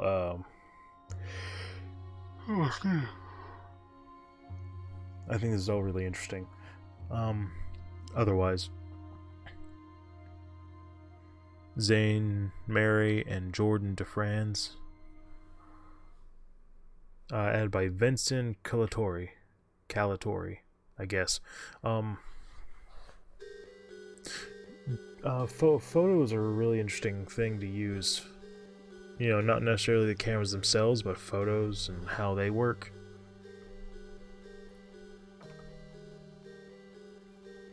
You know, it can definitely change the outcomes when the perspective of another person says, "No, that's not how it is, sir," or something like that.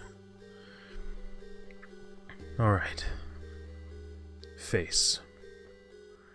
The time in which the events took place are different. It started when I was very young. My family went into the city near the forest I once called creepy. They left me in the car, but then the car began to move on its own for a very strange reason. But because I was very young, all I could do was cry. What happened next, or how I survived it, I don't know. Another strange event happened about a year ago today. My mother woke me up from school and told me something, but I didn't pay attention to her. I saw a face in the closet and it looks like the one from BioShock 2, with minor differences that I noticed. First, it did not have any tentacles. Second, the face looked like the face of a human. That was my only visual of a ghost, and the reason for the name I gave it. I also had another one some time later, but it might be false. When my family had some cousins coming up, I saw a pillow of the living room moving on its own, but it could be false because I also had little cousins. Another one of the encounters was quite later. I saw the door of my room opening and closing, and sometime later I even felt someone picking up my hair. But the most recent one happened to me the day I wrote this. I was at school, and the singing snowman decoration started singing something that was out of place. I should also note that this is my first time I wrote a creepypasta, and I'm also working on a book.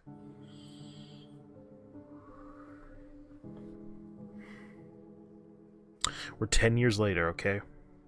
10 years later. I hope you're writing that book. I hope you're doing well. I hope you've gone through enough rewrites that you've kind of perfected your art. Because I like where this one was going. I kind of liked where this one was going, where it was picking up the pace. But I would have separated that ending bit where you're explaining this is your first creepypasta. I would have definitely have... This is one you could have expanded on. I understand this is just a short story or whatever. But there's some interesting ideas in here where it's like, okay, there's nothing bad happening, but it's just kind of weird. And then it would just be this thing where things very subtly and slowly build up to a thing, rather than like jumping into it. So I think that's something I could definitely appreciate.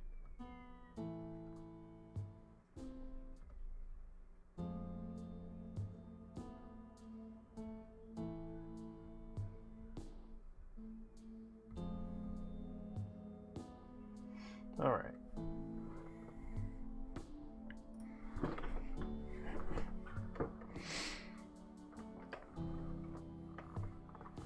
Facebook haunted.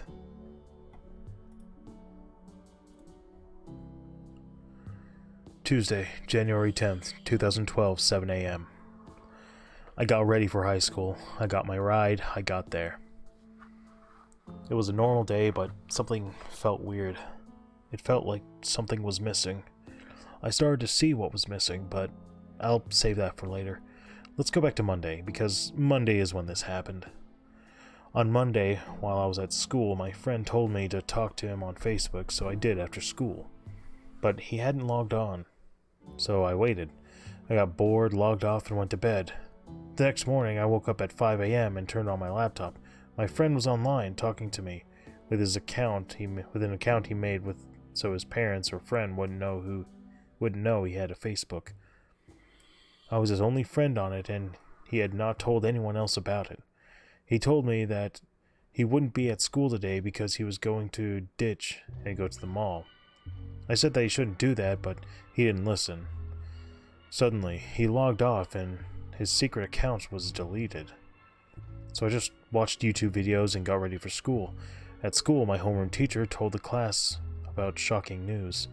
The news was that my friend died on Monday after school at 5 p.m. in a car crash, which was on the news. I wonder how he spoke to me on Tuesday if he was dead. I was shocked and sad. I knew he didn't let anyone else know he had that Facebook, and I know no one knew the password except for him. I told the teacher, but she didn't believe me. No one believes me. They think I'm going crazy. Please, can you guys on this website help? So, is this kind of genuine? Like, I'm wondering where this is at.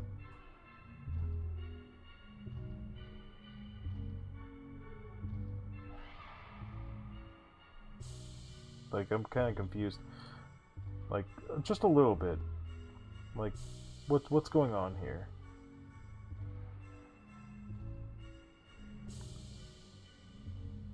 I'm just confused because I don't know really what's going on.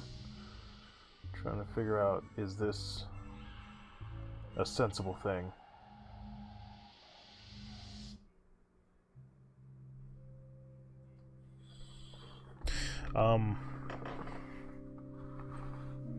This I think is a good length.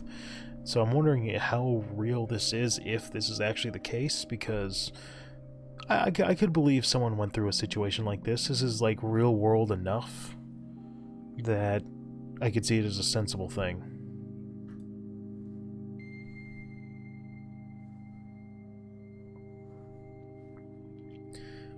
The Faceless Spectre. It all started when I was 5. I was in my room with the light off. I woke up and I couldn't breathe. I felt icy cold hands on my neck and I was struggling. My mom then came in to check on me, and when she opened the door, she turned the light on and I could breathe again. When she came to comfort me, I lied and said I had a nightmare. But then I saw him over my mom's shoulder. The second encounter occurred when I was 8. My church youth group was having a slumber party at the house next to the church. The instructors suggested that we go to the church and play games. A 5th grader in the group said that we should shut all the lights in the church off and play hide and seek. After the first encounter, I became scared of the dark, so my cousin decided to go with me. We accidentally got separated from each other, and that's when it came out. It had black glasses on its head, and it had a black, completely white face.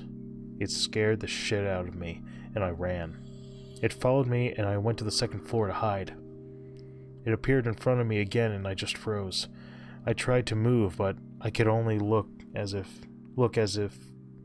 walked towards me, and when it stood in front of me, I passed out. I woke up on the floor with my cousin standing over me with the worried look on his face.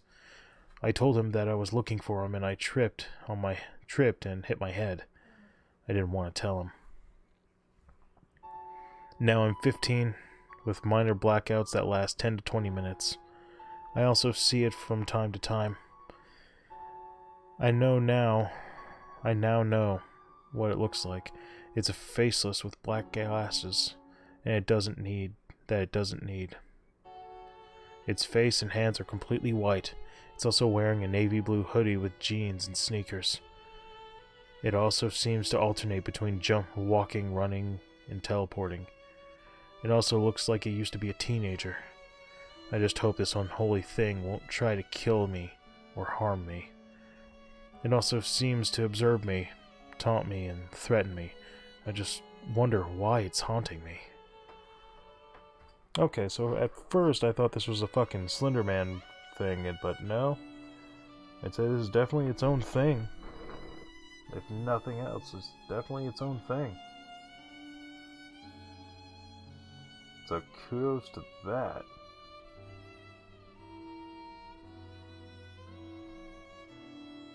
I find that kind of neat.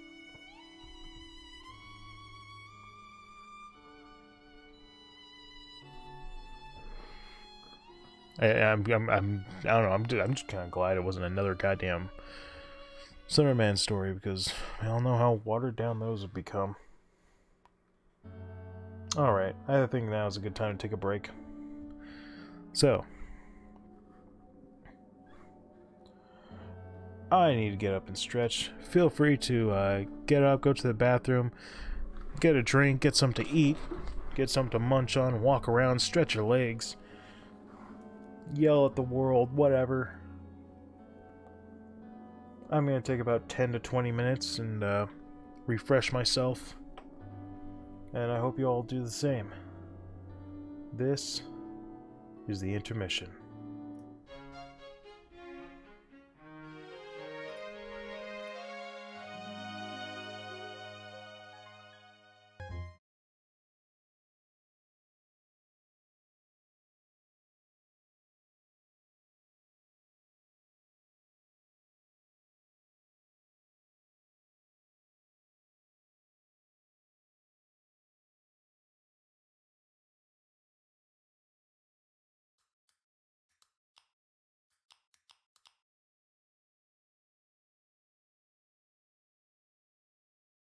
Mic on. Mic on. Gotta remember that. So I don't go for 2 hours again and forget about the damn mic. Okay. Swap that back. I need to refresh this.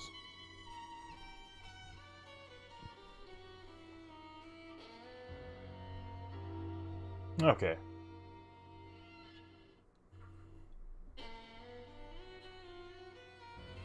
Acting weird. Alright.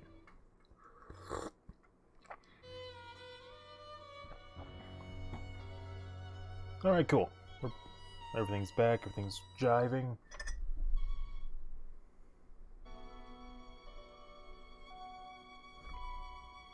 Alright.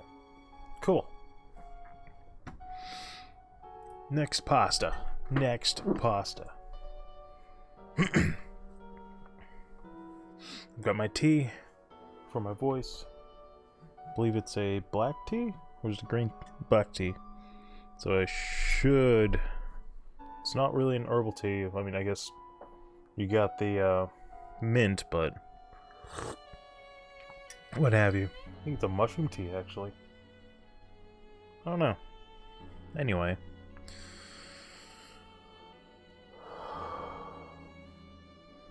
The faces in the images. This story... Oh, wait. Hold on. What? Oh, no, I just did this one. Okay, never mind. Did I accidentally click back? Okay, yeah. Alright, there we go. Alright, Fact and Fancy. By H.P. Lovecraft. Okay. Let's see how well I do with the Lovecraftian. Fact and Fancy by H.P. Lovecraft. Let me smash in the chat. I need it in the chat. I probably shouldn't be the one to type that. Damn it, I need a following. Okay. How dull the wretch, whose philosophic mind disdains the pleasures of fantastic kind, whose prosy thoughts of joys of life exclude, and wreck the solace of the poet's mood. Young Zeno, practiced in the Stoic art, rejects the language of the glowing heart, dissolves sweet nature in mess of laws, condemns the effect whilst looking for the cause, freezes over Ovid in iced review, and sneers because its fables are untrue. In search of hope and hopeful zealot goes, but all the sadder tums, and more he knows. Stay, Vandal sophist, whose deep lore would blast the graceful legends of the storied past, whose tongue in censored flays the embellished page, and scorns the comfort of dreary age, whose strip of foliage from the vital bow, till all men grow as wisely dull as though. Vital bow, okay. Happy the man whose fresh, untainted eye discerns the pantheon in the spangled sky, finds sylphs and dryads in the waving trees, and spies soft notice in the southern breeze. For whom the stream a cheering carol sings, while ready music by the fountain rings. To whom the wave a nereid tale confide, till friendly presence fills the rising tide. Damn it. Happy is he who void the learning woes, the ethereal life of bodied nature knows. I scorn the sage that tells me it but seems, and flaunt his gravity in sunlight dreams. Maybe I'm just not good with poems. God damn. That one was a fairly easy read, but I could not get past it. Damn it. And whatever. Alright, no, that was an interesting one. That was one I could actually follow, I think. I'm gonna look over it again.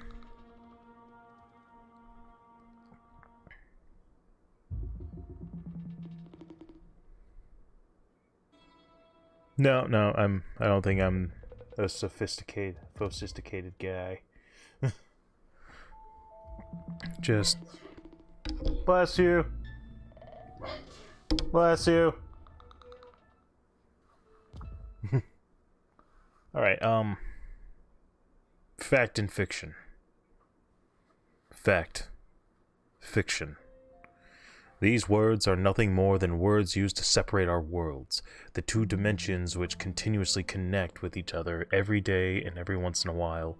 A hole in the walls of these dimensions would appear and let something through. What this is could be anyone's guess.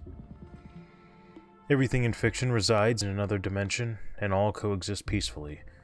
But when a hole is made in the fabric of reality, anything you thought was fake, a hoax, a myth, a legend, or fictitious could come out.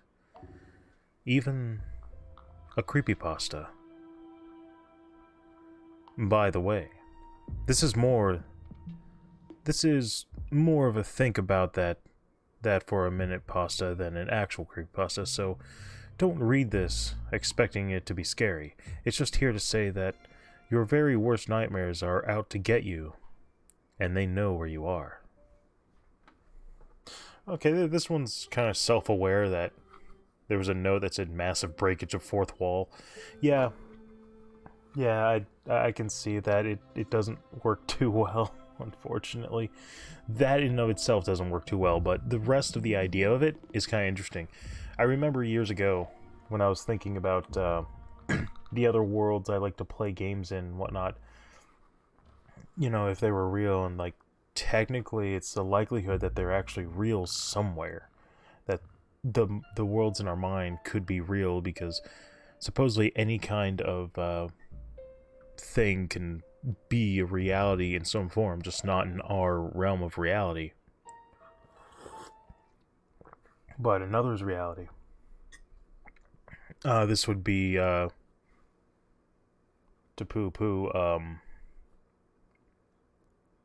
just an idea of the multiverse theory and collecting and understanding what's going on, that there could be a universe where the Legend of Zelda Hyrule and stuff exist, or where Star Fox is running around the galaxy trying to save the Lylat system or something like that, or that there still might be Metroids to be destroyed. Things that I've entertained, and just wondering if we ever got ported to a world like that.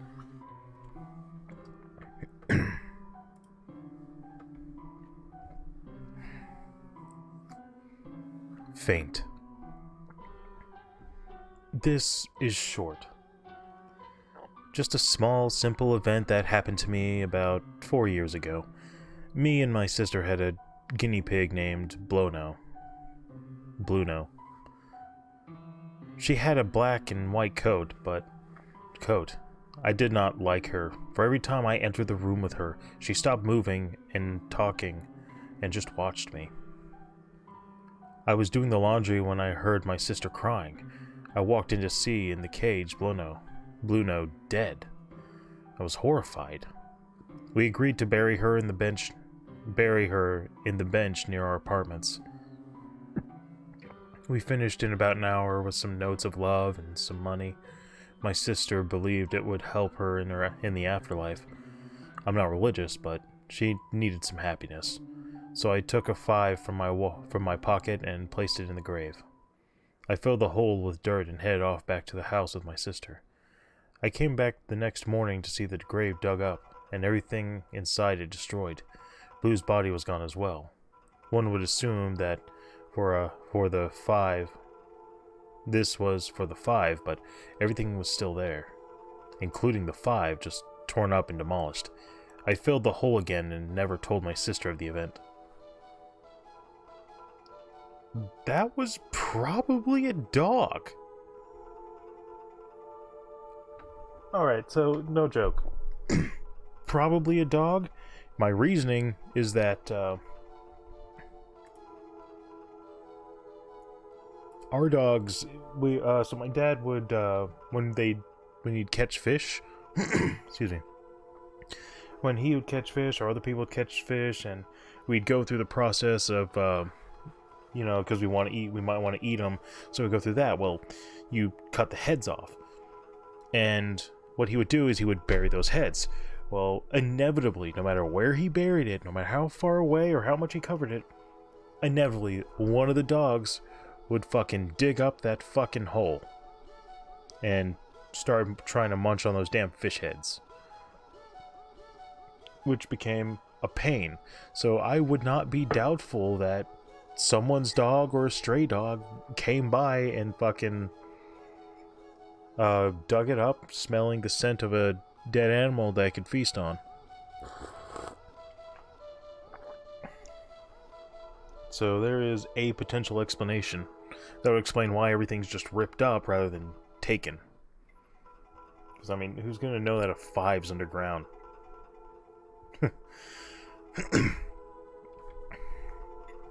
Faintest light. The fear of the dark is supposedly mankind's most extreme and innate phobia. For the most part, it represents everything unknown, everything that will try to harm us in our sleep. We've seen many monsters spawn out of the absence of light. Darkness also gives the feeling of loneliness. When one thinks of this darkness, they think of a place with such visual obscurity that they can't see their hand in front of their face. But contrary to what many think, this is not said darkness which makes us shudder in fright. Faintest light is what really scares people. The smallest sliver of light spilling from the cracked door, or the glow pouring from the street lamp at walking distance. Even the deceitfully benign illumination from a nightlight. I know what you're thinking. Preposterous, right? Not so. When there is light in any visible quantity, can there not be shadows? In the utmost black, this isn't possible, as there's no lighted canvas for the creepy and grotesque shapes that run rampant in your nightmares. Everything that elicits true and primal fear from you can only be seen with a little light. You see, light is just a compass for things to go bump in the night. So, go to sleep in peace tonight. Turn out your lights. Make sure to let in some luminescence, though. That way, we can find you. That's a neat one. This is another take on, like, oh, it's actually not really that, because then nothing can be seen. You don't have to worry about the frightful images now. It's just, what little you can see.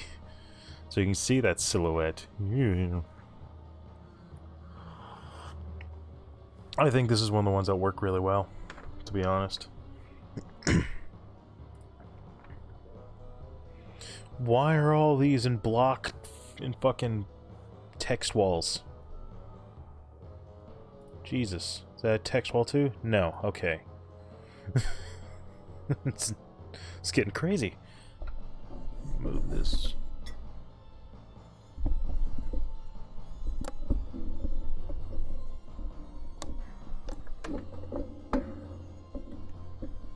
There, kind of. Fair trade. There's an abandoned factory somewhere in Massachusetts. It's hard to tell whether you've found the right factory just by looking at it, but you'll know it when you enter it. When you get to the front door, there should be 2 windows on either side of the door. You must enter the factory through this window,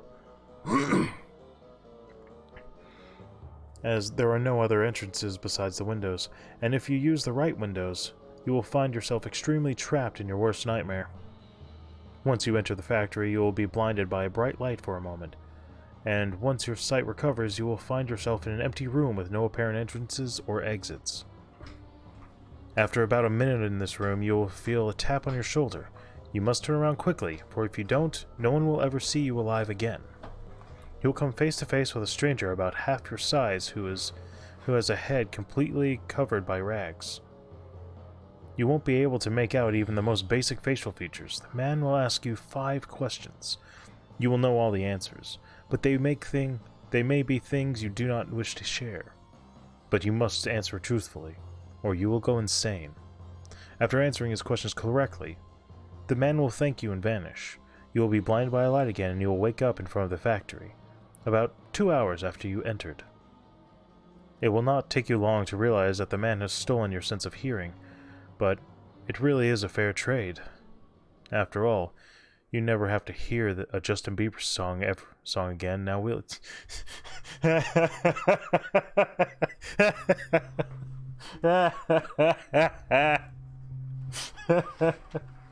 Okay, that one I like. What?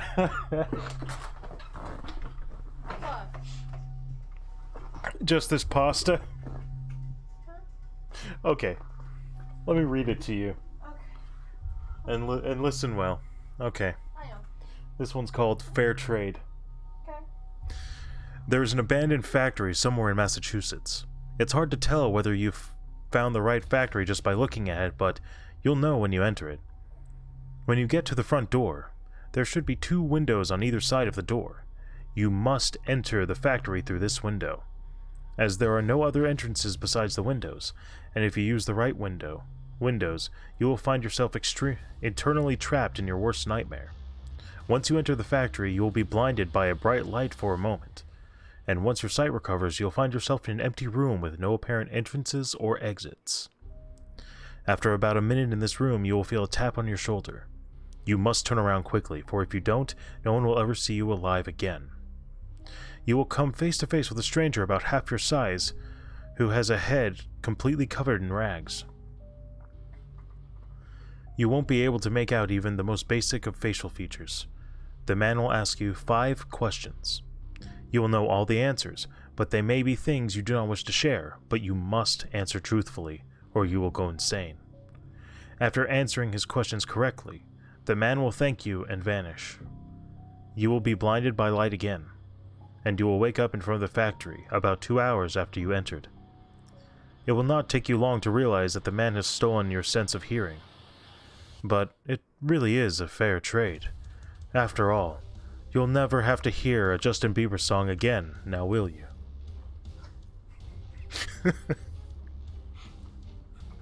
What about all the great music? I just thought it was funny because it just... Like, could you imagine someone purposely going through this just so they don't have to hear a goddamn Justin Bieber song again? Justin Bieber, new Kanye West. Because to be fair, old Kanye West did make some great music. Well, it's just... Yoko Ono. Oh, God. I've heard her singing. If you could call it that. Yeah, I mean, no, it's just this pasta got me. It's like, wow, you went that far. You went that far to never see Justin Bieber again, and now there's even worse artists than him. Fight me, Sadly. Fight me, Justin Bieber. I don't care. Win or lose, I don't give a shit. I just want to punch your face sometimes. Just We can get you a dummy for that. It's okay.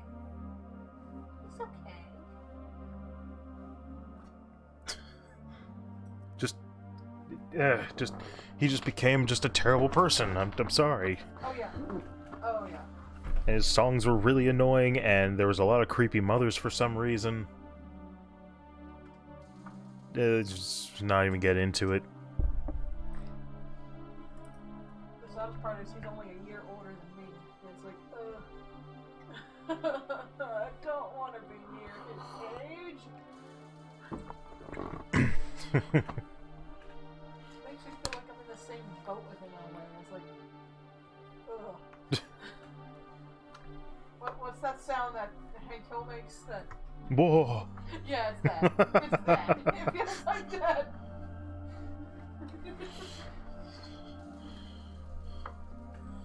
Alright.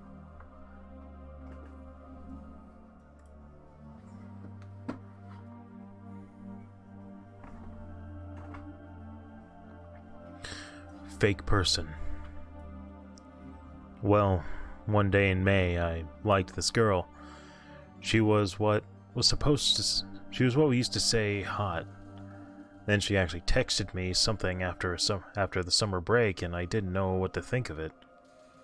She said a simple Trev, since my name was Trevor. Many of my friends liked her. We had a group of cyberbullying stoppers come by at our house and showed us a website called Speakio, and showed what it did. So, out of my curiosity after school, I started searching away, but I searched Brianna's phone number after school, and school was over, and showed the phone location was at an abandoned warehouse that's set to fire, and all the workers died. That was set on fire, and all the workers died. Well, it turns out that I never died. Well, it turns I never knew where the warehouse was, and all I knew is it was near me. What the fuck is that sentence? Jesus. Okay.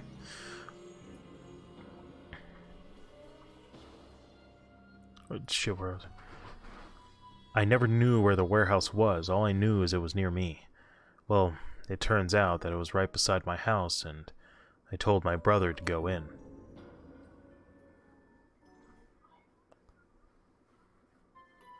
I need more. Huh? Wait, hold on. Wait, give me just a second.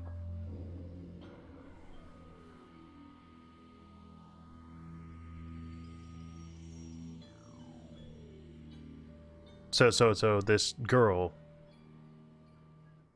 I guess named Brianna?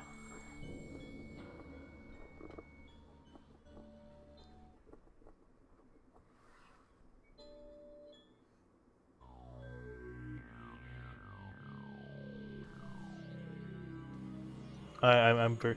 Okay, so the grammar really makes this one a hard read to begin with. I don't know what to do about it. It's...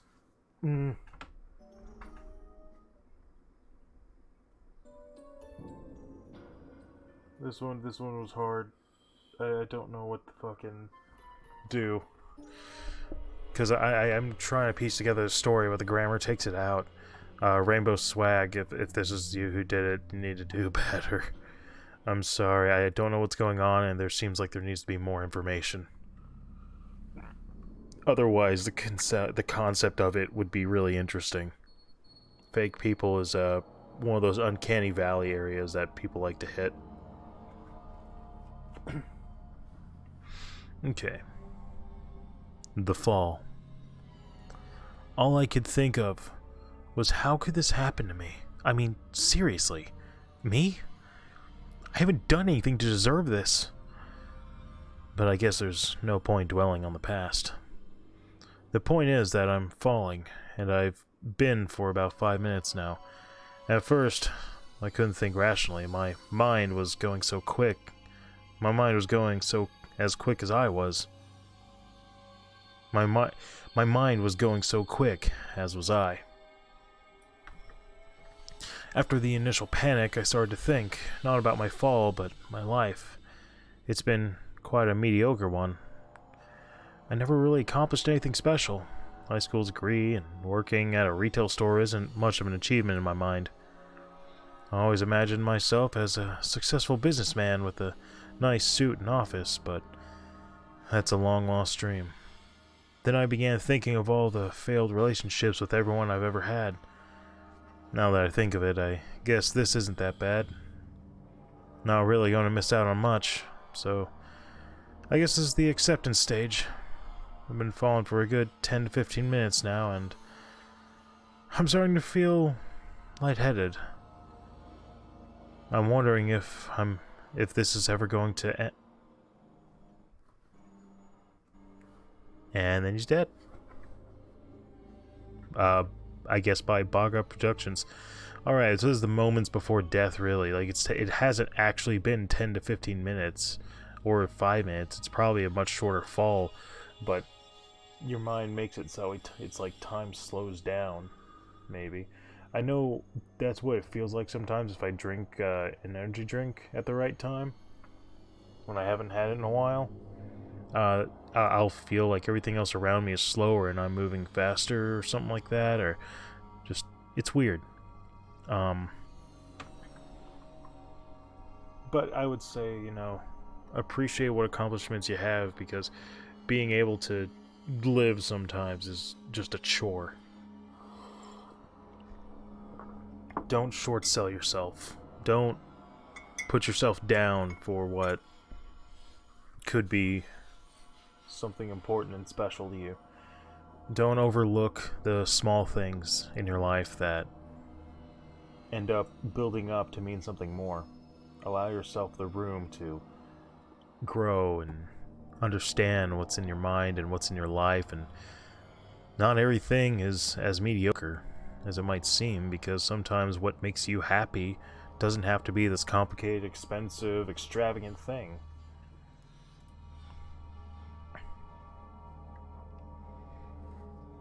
Okay. The Fallen God of Poverty. From the book Oriental Humor by R.H. Blyth, 1959. A certain man tried this and that, but it was all no good. His luck was out. Someone said to him, "Believe in the god Benzatin." And so he did, and waited for 7 nights, and on the 7th night it became very noisy in the ceiling, and suddenly a dark-colored, white-eyed, skinny creature fell down through the hole in the ceiling. The man caught hold of him and cried, "Now I have caught the god of poverty. I must have my revenge on you," and began to beat him. But the other cried out, "Don't hurt me so much. It's not my fault. There are so many of us in the ceiling. I was jostled and pushed out." The point of this story, of course, is that there are a large number of gods of poverty collected here. So nothing the man could possibly do would bring him good fortune.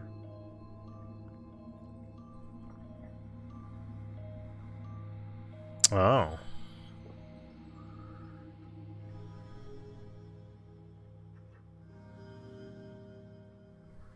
Well then.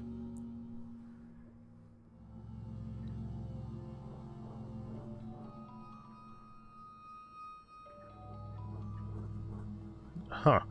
So it's like a whole bunch of things where he basically brought on himself in this case?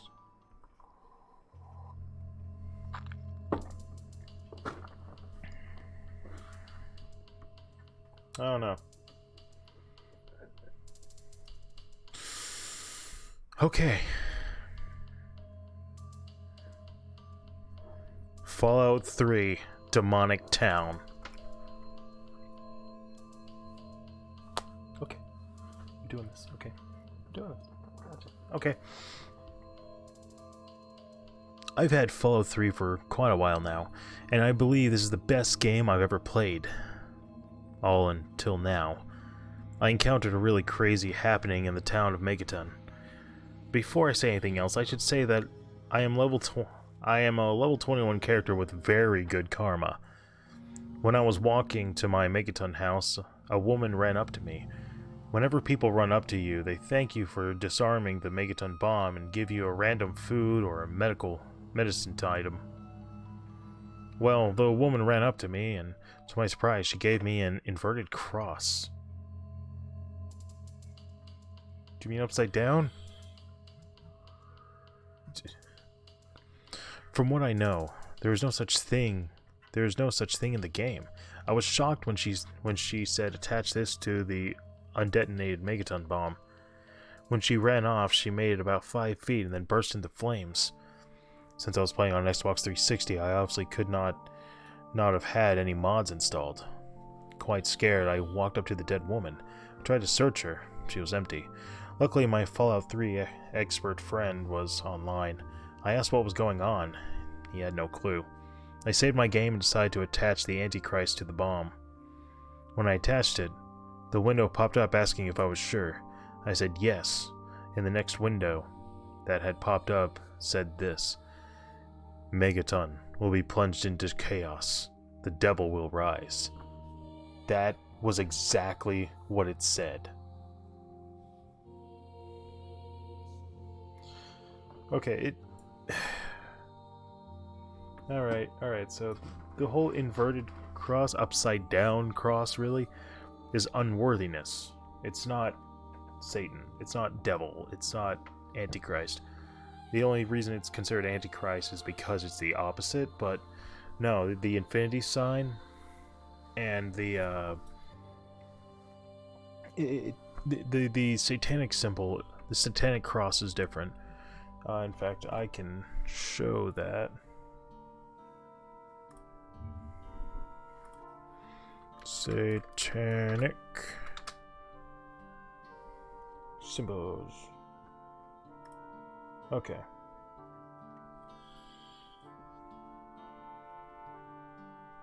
Alright. Here we go. Okay. So that is this one.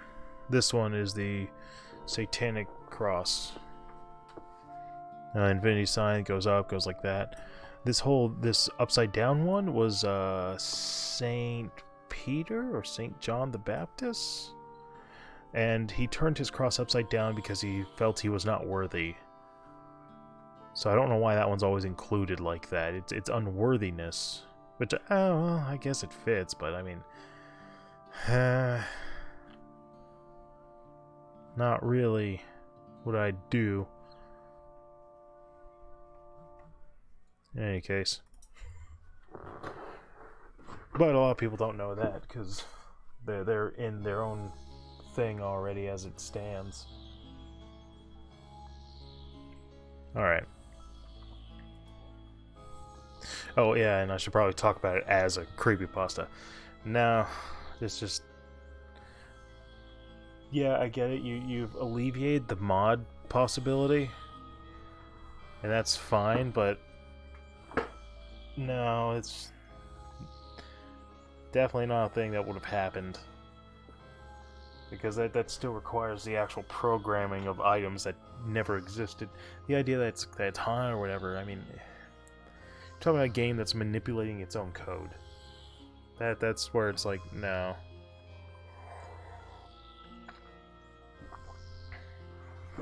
And a lot of people have... And he probably wasn't on the internet or for any reason with it. But man, it's just you see this a lot, where it's just something that couldn't possibly happen has happened, and I don't know. I guess that takes me out of it, because like I want to feel. Well, one of the things that can make something scary is the feeling that something like this could happen to you, right? This is not one of those things.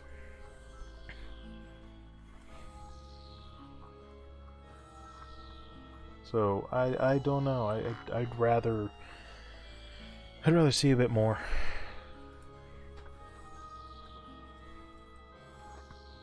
I think I've read this one. Familiar face. We've all seen it. That pair of eyes staring back at you. And as much as you'd like to turn away, those eyes seem to transfix you. It moves with you, copying your every twitch, every slight movement. It's following you. You remember the face, but you're not quite sure where from. It's like your parents' faces. The face looks safe, but it's not to be trusted. The second you break the gaze, you're at risk. For what makes the creature so terrifying is that when you look away, you've truly got no idea whether or not it's there unless you look again, because the creature makes no noise, no sound whatsoever. It doesn't need to breathe, it doesn't need to rest, and perhaps worst of all, nobody knows its intention. So just be careful. Your reflection might not be so harmless after all. I remember this one. It's the mirror. It's talking about a mirror. You know, because mirrors are another one of those uncanny valley feelings that people just kind of get. Like, if you look at yourself long enough and you're like, God, I know that's not me, but it's me type thing. I can only assume the Limo 64. Thank you for this one. Yeah, I know I've done that before where I've been worried about my reflection before, and it's been just kind of weird.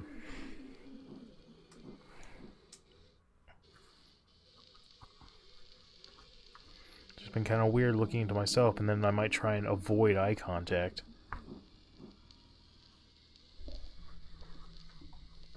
Okay.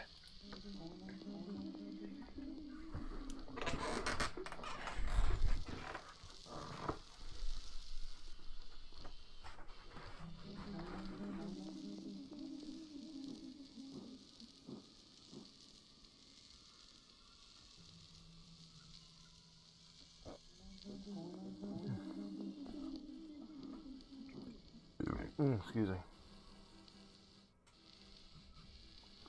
Alright. Familiar reflection. I was running the fastest I had ever. I needed to escape this hellhole or else it would catch me. It was around an hour ago when I had awoken from this strange area. I felt pain flowing throughout my whole body. My curiosity forced me to move on and explore. I spotted many strange organisms that I couldn't identify.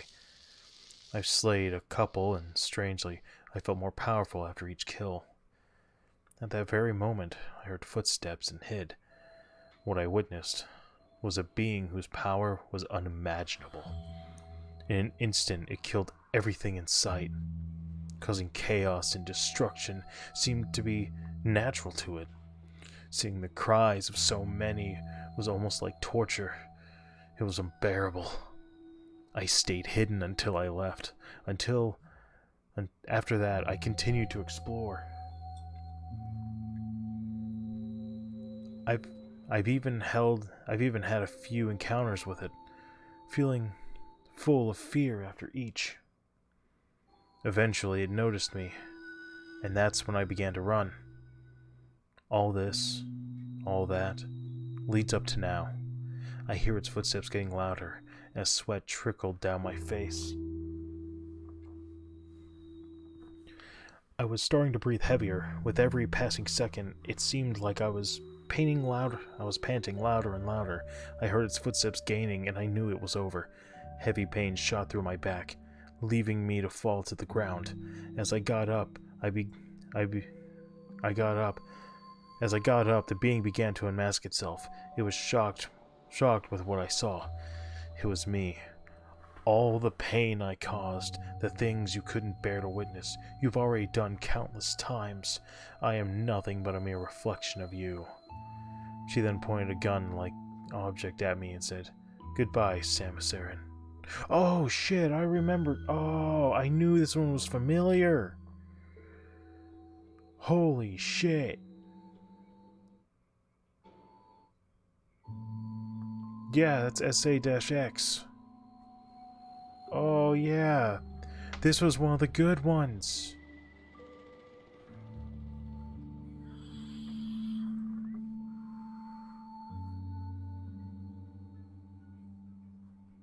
Yeah. Motherfucking Metroid 1. Yeah, this is definitely one I definitely give to someone. Um you're not even thinking about it. It's just doing its job.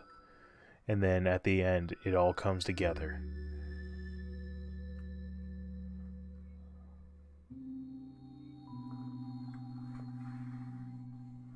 That it's insane. Oh, or it could be, the fucking the corrupted Samus copy or whatever. The Phazon copy. Because holy shit.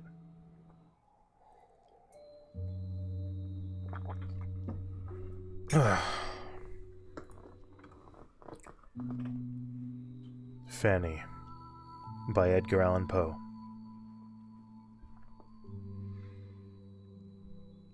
The dying swan by northern lakes sings its wild death song, sweet and clear. And as the solemn music breaks, o'er hill and glen dissolves in air, thus musical thy soft voice came, thus trembled on thy tongue my name. Like sunburst through the ebon cloud, which veils the solemn midnight sky, piercing cold evening's sable shroud. Thus come the first glance of that eye, but like the adamantine rock, my spirit met and braved the shock. Let memory the boy recall. Let memory the boy recall, who laid his heart upon thy shrine, then fare away his footsteps fall. Think that he deemed thy charms divine, a victim on love's altar, slain by watching eyes which look disdain. Tamerlane.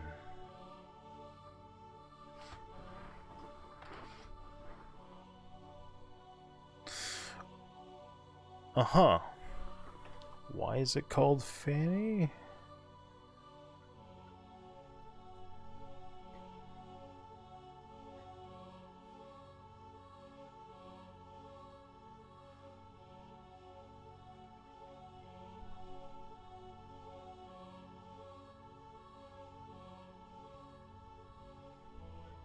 Yeah, this sounds like a mourning. It sounds like a mourning poem. No, he's in mourning of losing, said one of his wives, I guess? I don't know.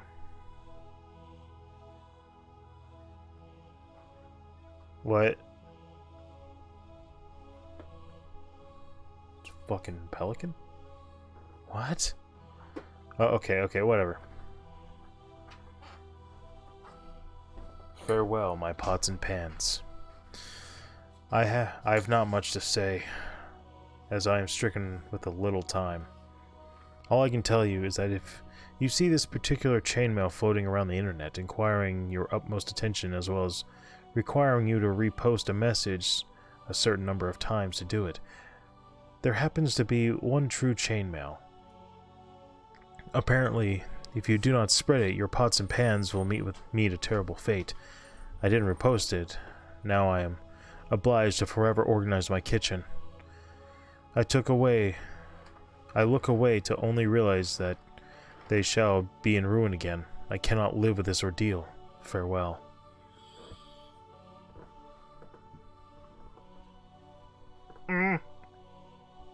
Chewy 33. Nope.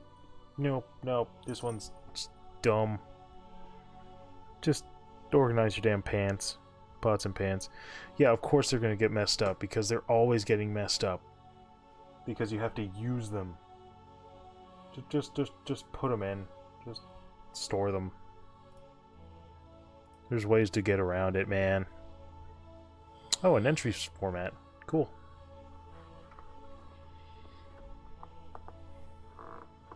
Everything's looking good.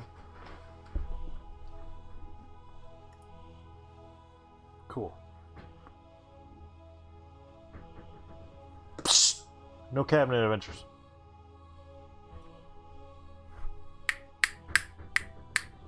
Psst. Farah. Did what? Psst. Farah gone on cabinet adventures? There she is. Stop it. Oh, Rosie. It's okay, sweetie. Go back to sleep. Alright. Fat sea creature. Contents. Page 1. The year is 1185 AD. I am a ninja leaving from Japan and entering China during the autumn season. I left for China to escape my family heritage of dishonor. I shall start in a new country with nothing to my name but the clothing on my back and the sword in my hand.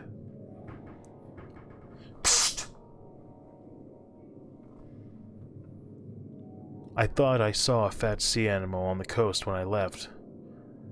I didn't look at anything. It didn't look like anything I had seen before. Page 2. I saw the fat sea animal again, this time on the coast of China. I think it's following me.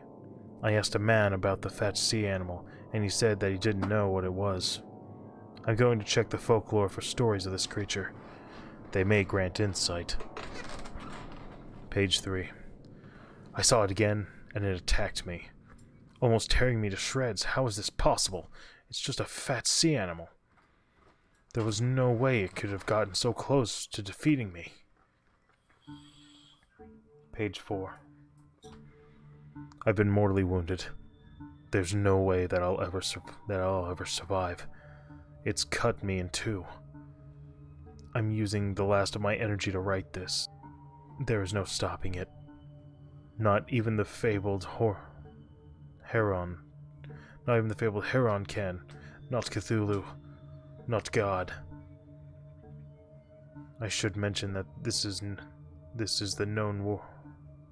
I should mention that this is known as a walrus. It's a shame that my last moments will be spent.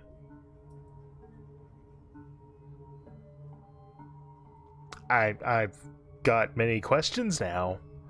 I don't know which one to ask first. I guess one, why is a fucking walrus in China?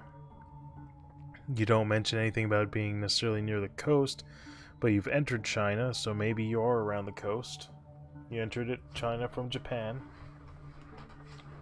Not sure that's going to work out well for you to begin with, but you have that sea animal, you have that walrus.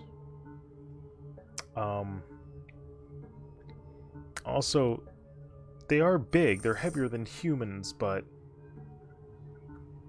I don't think, unless they land on you, they're not really going to do that much to you because you should be fast enough. It's not like you need to go up and fight it.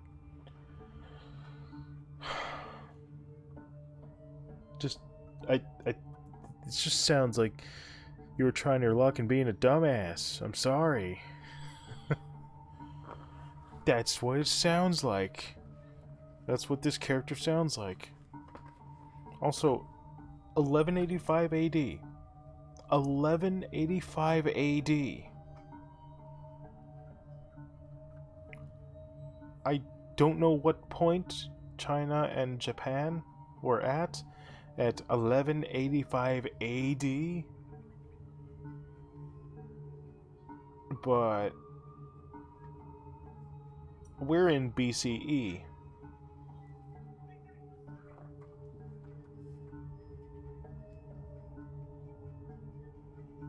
Wait, hold on, never mind, I'm a fucking idiot. I'm thinking, I had that completely flipped in my head for some reason. I don't know why. No, BCE, before Common Era. And then Allo Domino. Sorry, my bad, I'm an idiot. My bad.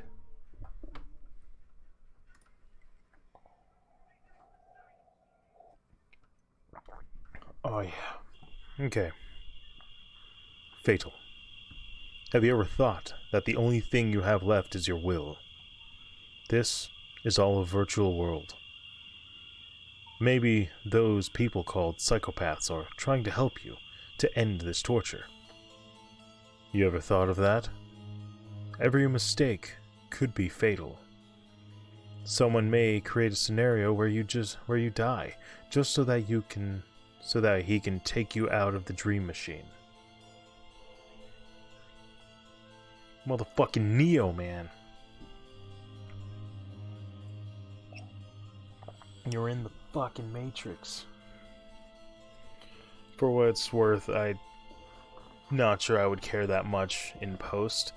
Even knowing, I'd be interested in knowing, but it wouldn't be an issue. Whether I knew and became part of something or stayed in. Because I feel like my experience is valuable regardless of what's fun. I am experiencing things, and that's valuable, and I'm going to live my life to the fullest in my own regard. And that's how I'm going to do that.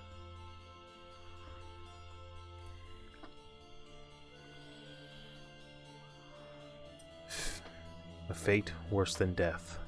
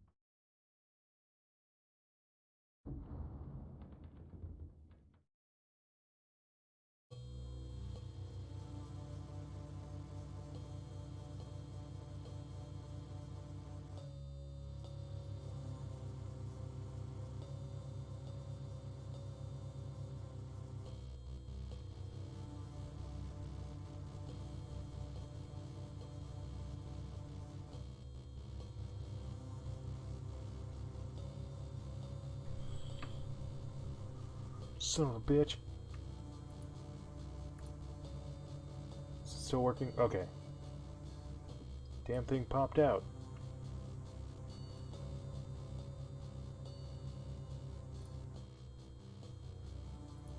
I'll just leave it on. Okay.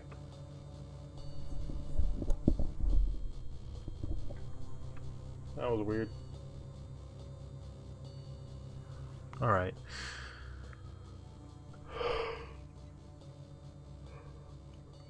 Just remember, the negative emotions exist for a reason. Yeah, the value of the bad and the good at the same time. Yeah, you can't just leave it all and not entertain both, I guess. I don't know.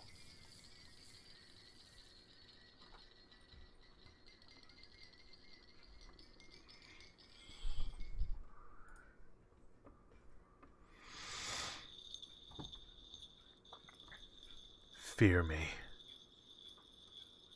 Fear me. I'm still alive for those who care. Nobody heard or wanted to hear my cries of help. Nobody reacted. Nobody even sent me a message here. I do not understand. If my own people know I was suffering, if my own people knew I was suffering, they would help. And it isn't just about me. Did you not read my last plea for help? Do you not understand my writing? Then listen. Madam X controls me. She died. I was there. Help me. Tell me what to do. Help me. Help me. Is there Nimid?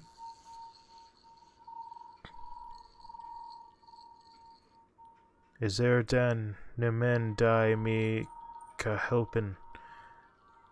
Ik ben zo goed no man lestert.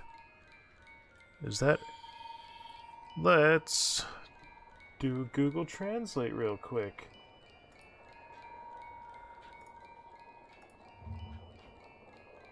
I think we all like a little bit of Google Translate.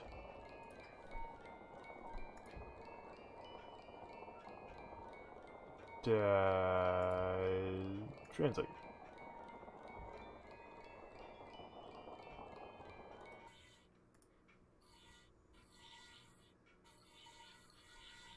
Okay, there we go. It's Dutch. It is Dutch. Is there no one who can help me? I'm so cold. No one listens. Yeah? Gerald 006 Bond. Sure. Sure, this isn't bad. It's very ominous.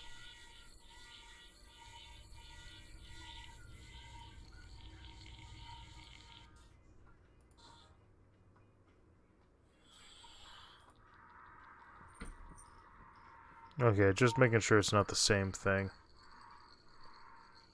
Alright, before I get with this one, I'm gonna get another drink.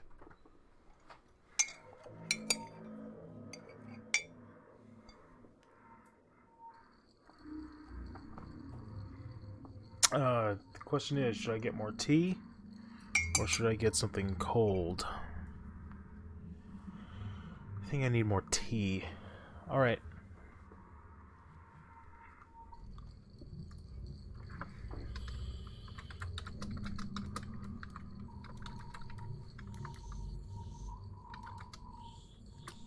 Alright. Hot mic.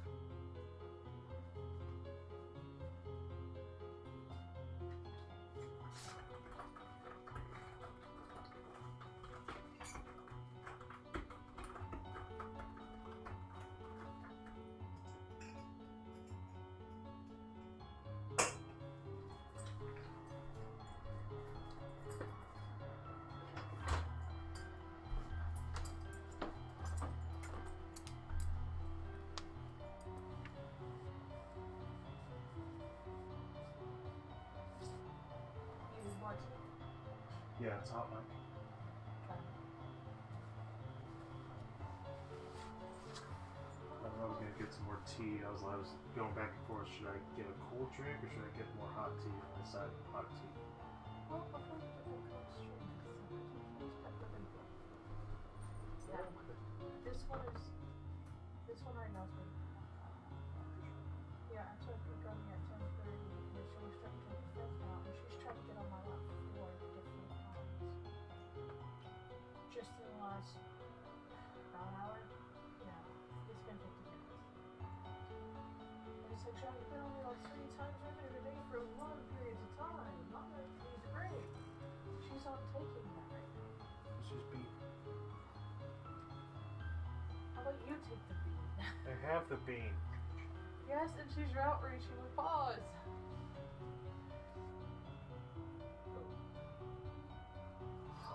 I have the bean. I know you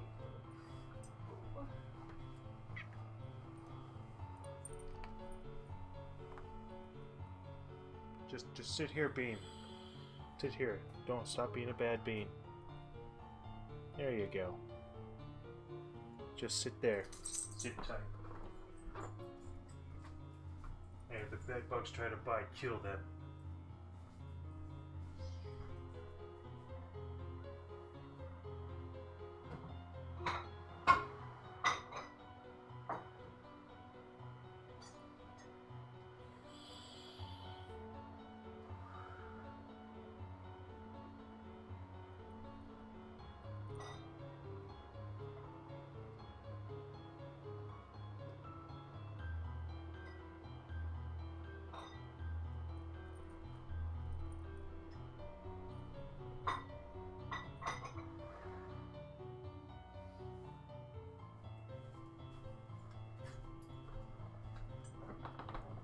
Okay.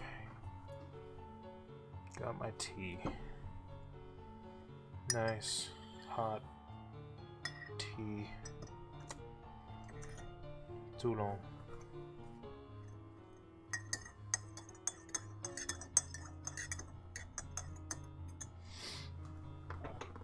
Okay.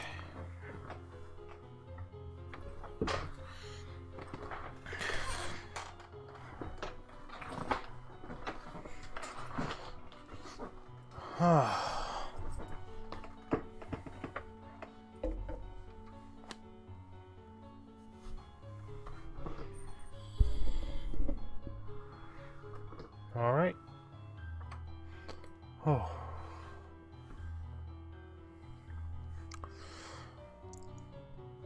The hell? Where's my there it is. Hello, cursor.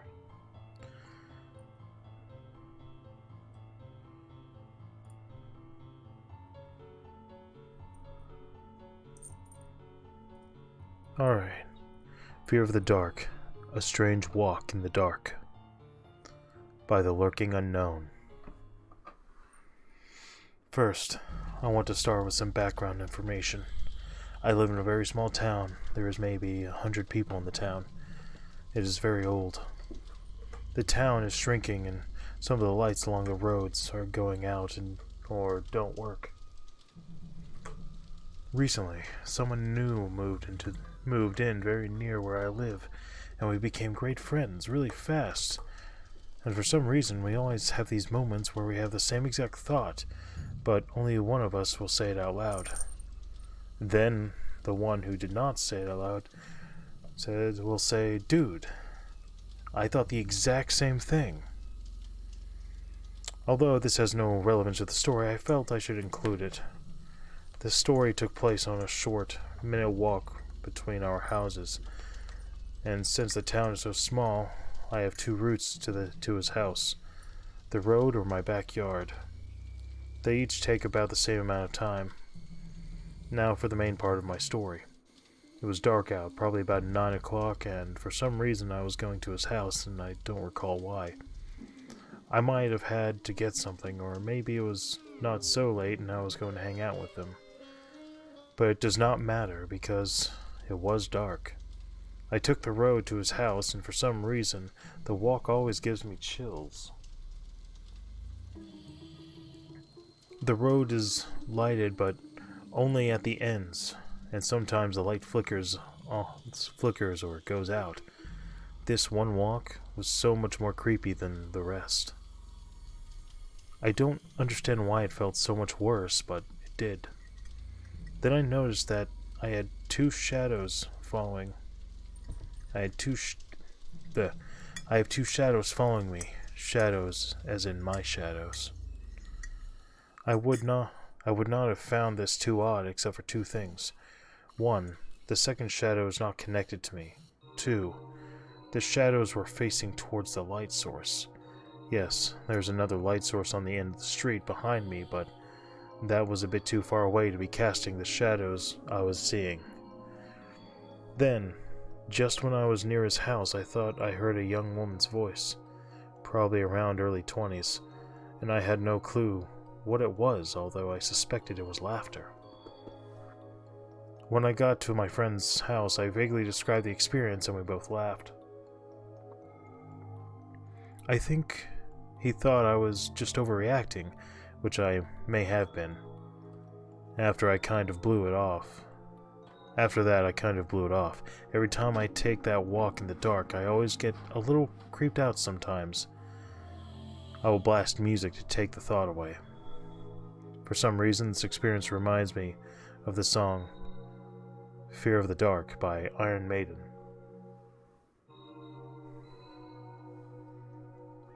Alright. I feel like there's more context with the song, but I don't know.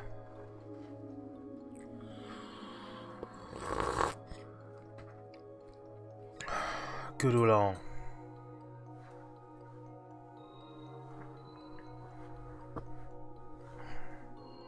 Fear of the dark. This is a thought that I've had before. If you came for a monster story or a tale of shadows, turn back. There is this one feeling, I can guarantee you felt it. Or even something similar to it. However, I have had it multiple times and I cannot explain it. You just can't fall asleep and there's no particular reason. Then your air conditioner shuts off as it is as cool as the thermostat says. Now you are left in the dark.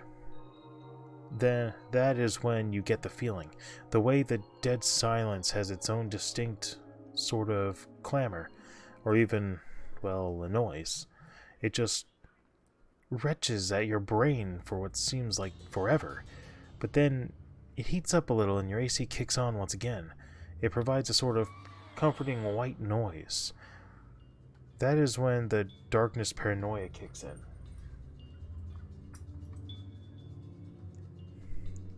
It is pitch black in your room. The only light is the moon shining through your window. However, it is not enough light to see. The thing is, as soon as you shut your eyes, you feel as if there is something staring you down. It is waiting for you to peek out. Therefore, you do not open your eyes. It is one of the most known combination of fears. Darkness and paranoia.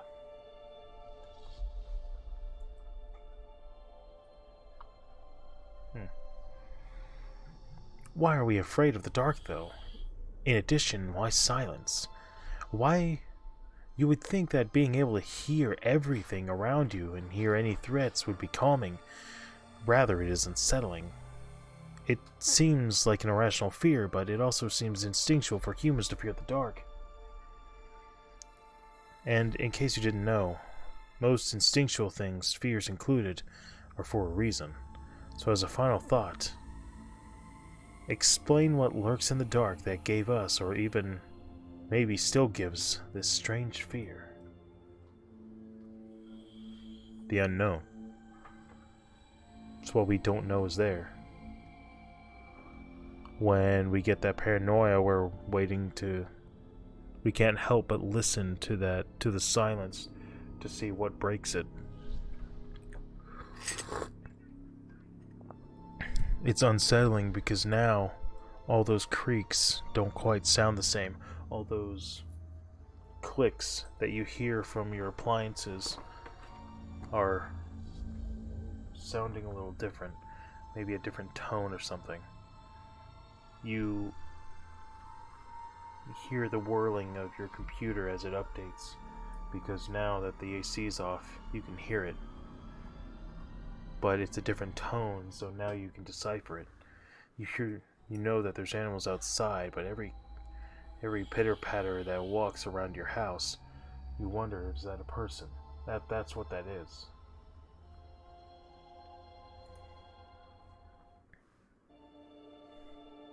Alright.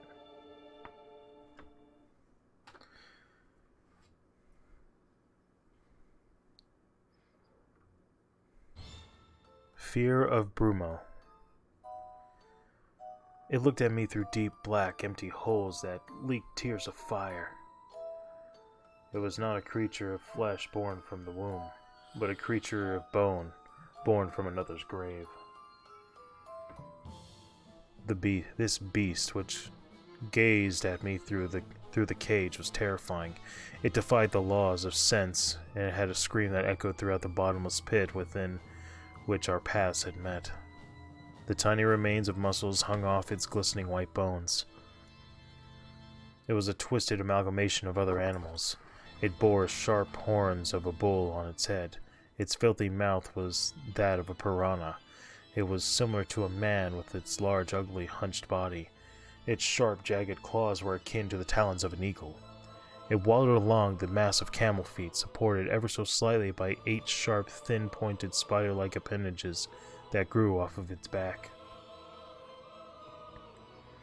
I sold her fiery eyes of brimel. She was the only one who dared to drink them. The only way to describe it was through parts of the foreign animals. Yet, this hideous combination of creatures was more fear-invoking than a mere sum of its parts. For this twisted horror had lived 1,000 times more than I ever will. It had likely faced enemies far greater than me,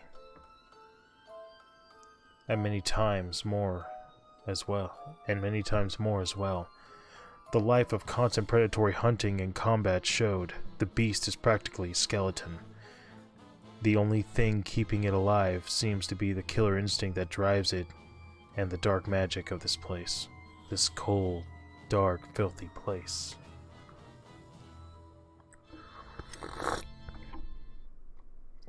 The locals call these creatures the Brelmo. The local tribes have given up on the fight against the Brelmo, and instead have become their servants, offering sacrifices such as myself. So here I sit, in a solid wooden cage at the bottom of a deep dark pit, surrounded by an army of horrid undead beasts from the underworld, and my torch is dying out. I wonder, will I go to heaven or hell? If it be hell, then I'll be fine, because when I stand at the fiery waves of the river Styx, and the boatman asked for payment, I will be without fear. I will be without fear because all the rings of hell, and many monstrosities that inhabit them, I have met the worst monster right here, in this cave. The end. That was kind of neat. That was a neat one. The way you kind of brought it around, there's tribes involved, and now you're the one being sacrificed, and now you're contemplating what'll happen if you go to which place. I think that's a good way to roll with it.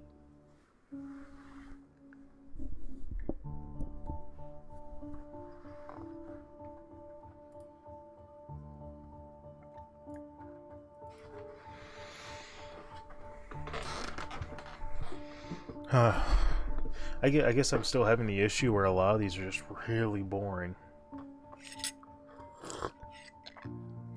I've got like a kind of brain fog, I guess.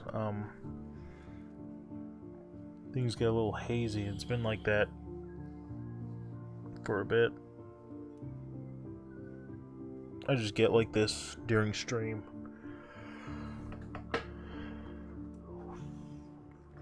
Alright. Feared the silent.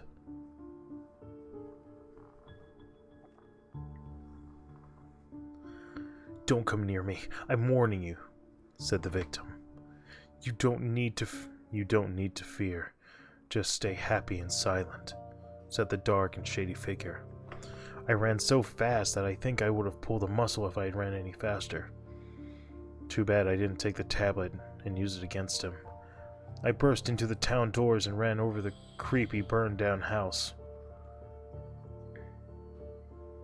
I walked in, and something grabbed my foot. Well, this is just great, Jack said with a hint of sadness in his voice. I asked him what was wrong the other day, and he kept saying something happened in his dream. A figure saying 4, 4, 4, 4. He said that's all it said. I looked at his 4th birthday to see what he got. I inspected the 4th present that he opened. I went to his house and asked him if he still had his Nerf gun and the Nerf gun he got when he was 4. Nerf also had 4 letters, and yes, I asked him if I could have it for a little bit. He said yes. I took it up to my room and I shot it 4 times. Then I reloaded it 4 times. And then the 4th thing I did that consisted with the number 4, then a shadow came up on my wall. I looked and nothing was making the shadow on the wall. It said, "Hello, Noah. I have been watching you, and you called upon me by doing the code. You think you're really smart. I think you're really smart. Let's just see how smart you really are." "What do I have to do?" I asked the shadow. It replied, "I need you to open the door, and behind it I need you to shoot my shadow 4 times, and then you can have 4 wishes." "I can wish for anything?" I asked. He said yes. So I did to see what would happen, and for the wishes, of course. When I finished, a black hole appeared out of the wall, and out came a statue. I touched it and it became animated. I asked when I get the wishes. He asked me what I wanted. I asked to be the wealthiest person in the world. After I got that wish, I said I wanted a really good job. And when I was older, I got that. Then I asked to know everything. I got that too. And then I asked him what he would do now. He replied in a very creepy voice, "I'm going to enslave the entire human race." I wished for a way to defeat him. Then he said no. I asked him why, and he said, "Your 4th wish doesn't work because bad things happen on the number 4. His laugh sounded like nails on a chalkboard.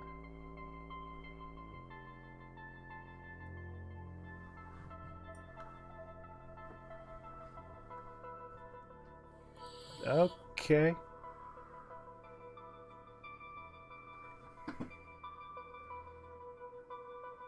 That's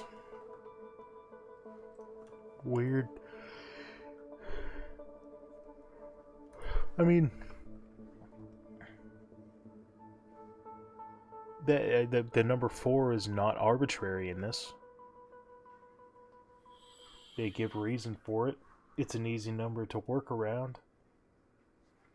I don't know. I feel like it needs to go a different direction, and it needs to be developed.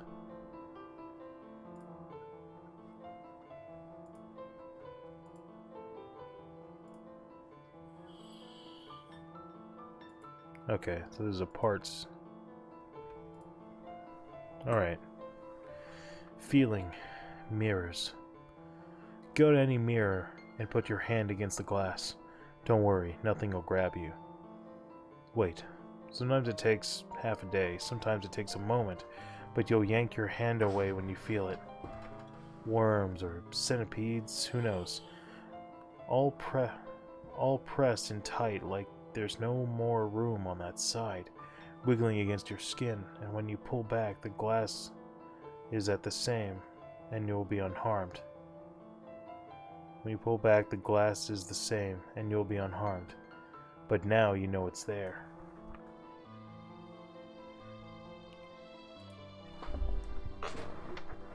Alright, so this one looks like it's a three-parter.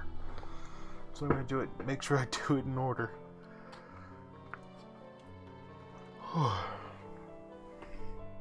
Feeling Alone, Part 1. My friends and I all decided to meet up in this little cabin in the woods. Naturally, the next day I went to the cabin and opened the door. No one was there yet. As I sat on the rocking chair, I thought I heard whispers all around me. They were not coherent, however, so I could not pick out any words. Excuse me. I continued to wait as normal. A few hours later, I stood up, realizing my friends weren't coming, and I suddenly heard a loud roar, followed by a loud smack, followed by what sounded like a child screaming. That does it. This place is weird. I'm out of here. Added by Mackay, maybe? Perhaps? Yeah, it's Mackay on all of them, so probably.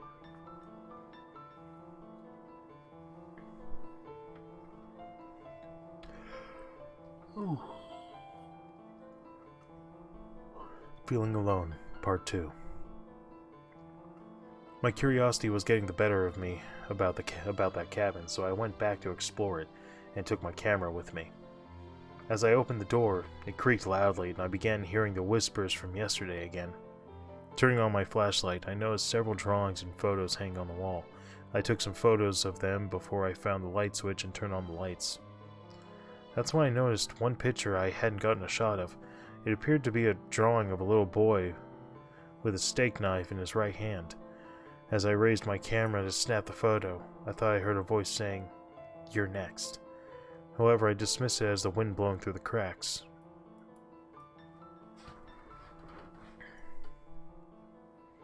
After I heard this strange whisper from the wind, I noticed Feeling Alone, Part 3.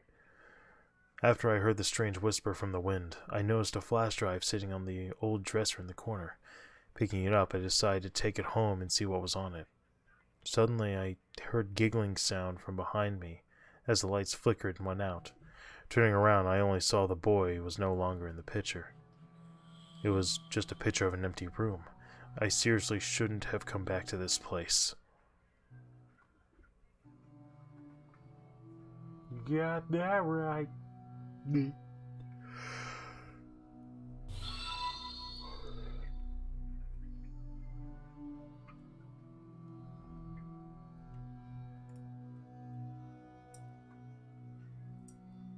What the hell?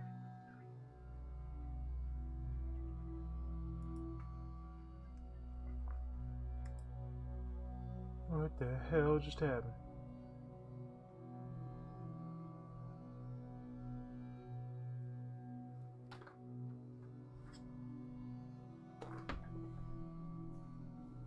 Oh.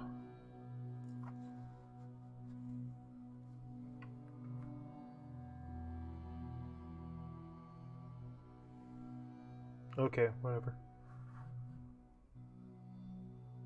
I don't know what that was, but okay.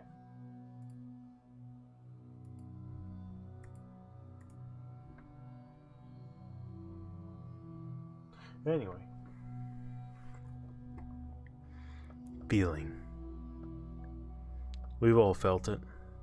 You're up late, working, studying, watching a movie, reading on the computer. Doesn't matter what you're doing. It's that feeling you get.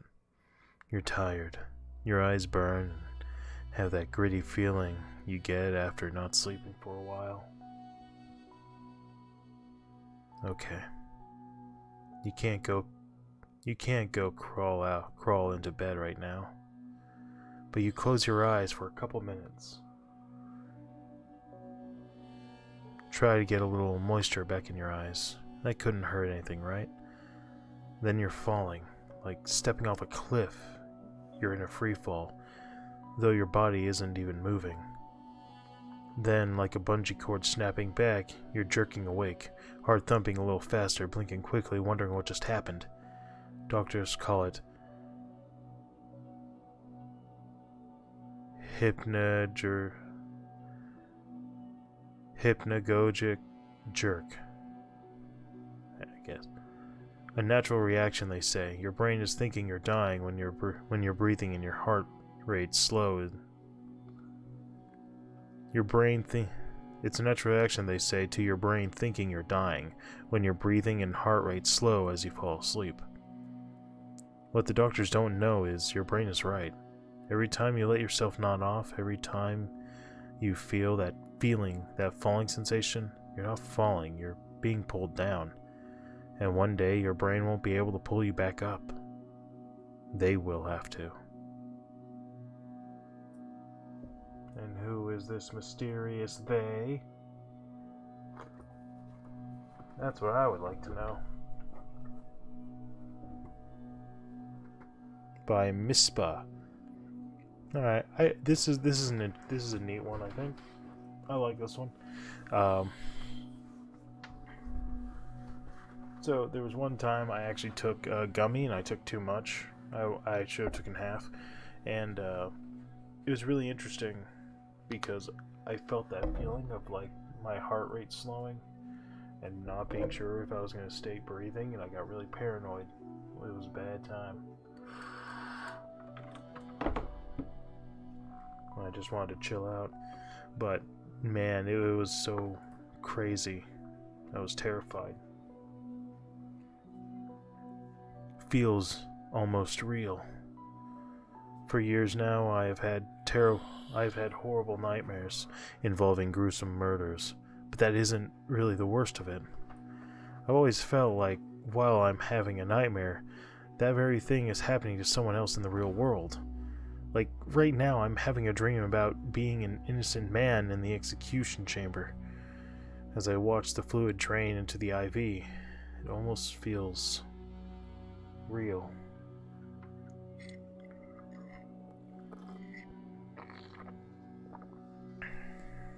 Well, it could be.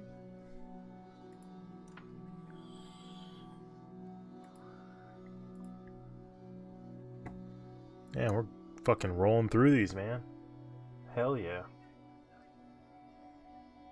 Just think, once we get to about like right here, we'll be somewhere in the page 2s or something.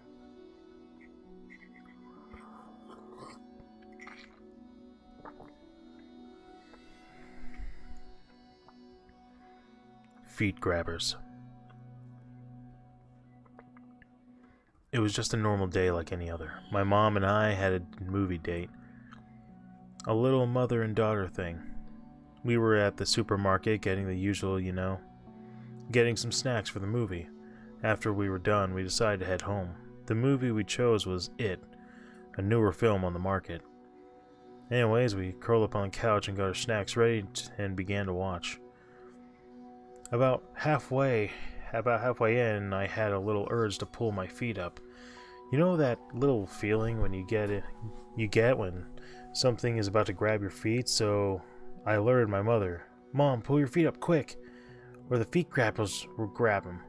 I said that as kind of a joke, of course. My mom said there was no such thing as feet grabbers and continued to dangle her feet over the couch anyways. About another hour passed and the movie was over and I had fallen asleep, but I awoke into the scratching noise underneath me.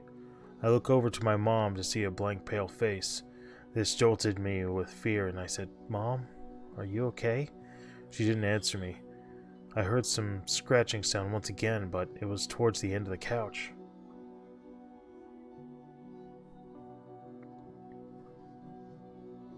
I looked at my mom's feet, waiting for my eyes to adjust, and seeing long, dark fingers slowly curling around my mother's feet.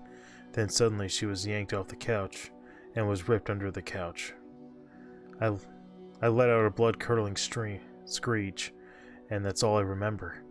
I woke up in a hospital bed. My father and my grandparents surrounded me. I asked where Mom was. My father said they were still looking for her. After a few hours of checking out of the hospital, we went back to the house and everything was moved around from the police, but the couch was not moved. I tried to explain, but no one believed me. Everyone took it as she was just running errands. She has only been reported missing for a few hours. I got curious and decided to move the couch. The only thing that was there were claw markings engraved into our floorboards.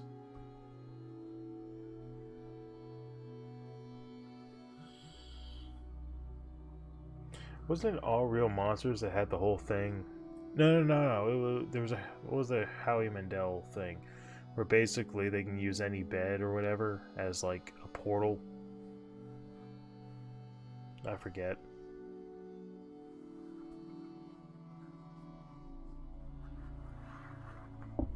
I don't know.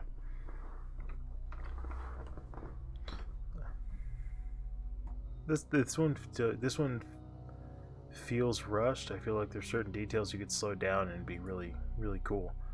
The other part is, I try to stay away from feet as a whole because I'm not sure I'm too fond of that side of the intronets.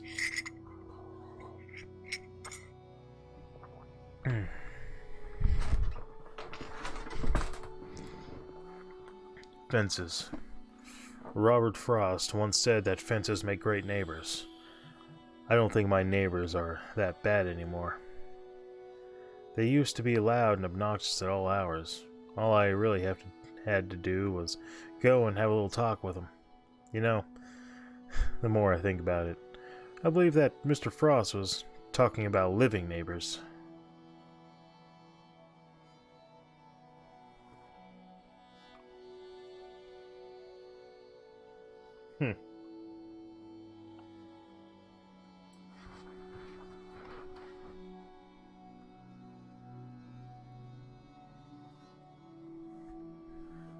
Nah, they'd still be annoying.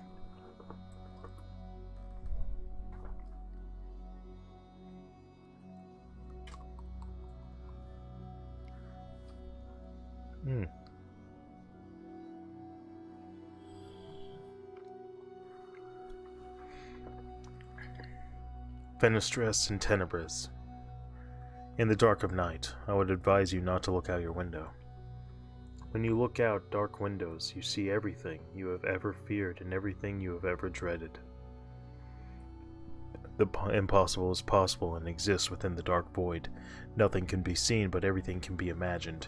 Ridiculous and surreal faces that look as if they know your deepest, darkest secrets. Decaying heads of the damned that moan and grunt, and all your greatest fears do, in fact, exist out there.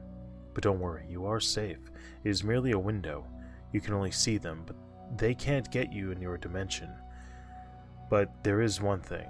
You are vulnerable. Out in the open. What do I mean, you may ask? Your reflection. It allows you to coexist with them. Just don't blink. Another mirror-oriented one. Which I guess is fair. We got that going on. You get more of that, and I think it's interesting.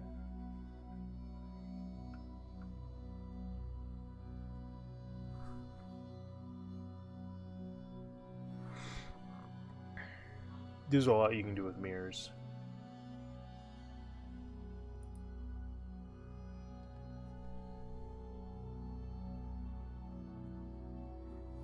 Damn. Ouch. Alright.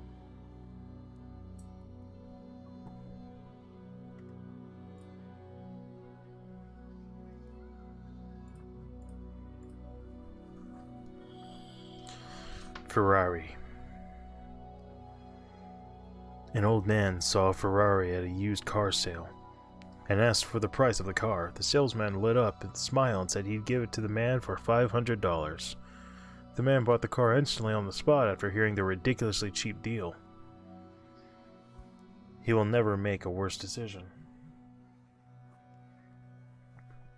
The man had the car for months now, but on a cold winter day, as he got into the driver's seat, he was startled to see someone in the rearview mirror. He quickly turned around and saw nothing but an empty seat. He quickly shrugged it off, thinking he must have imagined it.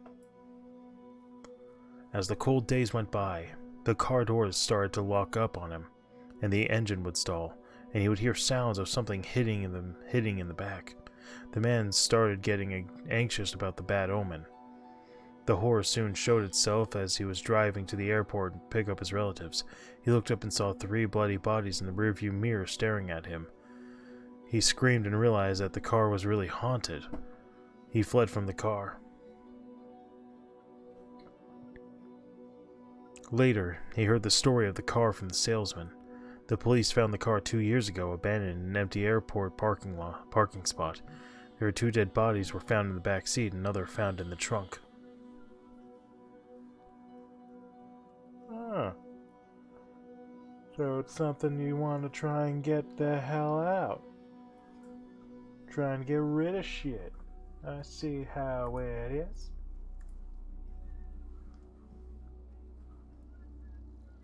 It's okay. Panina's Cupcake. Oh, another Lovecraft. Festival by H.P. Lovecraft. There is snow on the ground and the valleys are cold, and the midnight profound blackly squats over the wold. But the light on the hilltops have seen hints of feastings unhallowed and old. There is death in the clouds, there is fear in the night, for the dead in their shrouds hail suns turning flight and chant wild in the woods as they dance in you'll alter fungus and white. Blech. To no gale of earth's kind sways the forest of oak, where the thick boughs entwined and mad mistletoes choke. For those powers, and the powers of the dark, are the graves of the lost druid folk. And mayest thou to such deeds be an abbot and priest, singing cannibal greeds at each devil right feast, and to all the incredulous world, showing dimly the sign of the beast.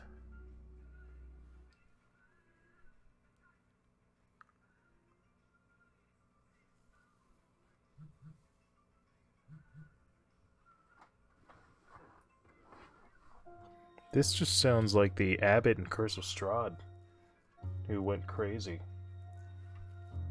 That's what this sounds like. I think that's why there's D&D games that deal with fucking H.P. Lovecraft stuff. It's neat, to say the least.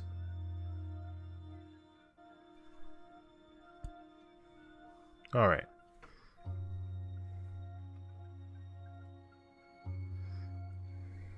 Fetid Cage.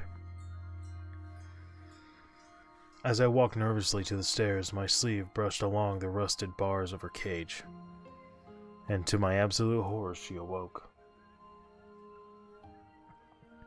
A frail voice resonated from the stagnant corner, that ancient fetid prison that had laid untouched for over a decade and kept us safe from the unimaginable hate within. As her words began to form, interjected by the awful wheezing, a cold sweat crept through my body. I should not have come through here. I should have stayed upstairs. Daddy, please let me out. Just for a minute. Her voice was almost human. Choking back the tears, I resolved to ignore her. This was not my daughter. Don't turn on the lights, I told myself, and walk away. As the voice got louder, the cage began to rattle, banging and scraping, deepening the familiar incident on the wall. How could you do this, Papa? She had never called me Papa when she was alive. I lit a cigarette with trembling hands and made my way up the steps. Turning the basement door handle, I paused for a moment as the room fell silent, and when I heard something I'd never heard before, the sound of the cage opening.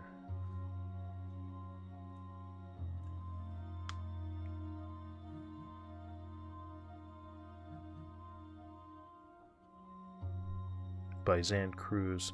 Hold on.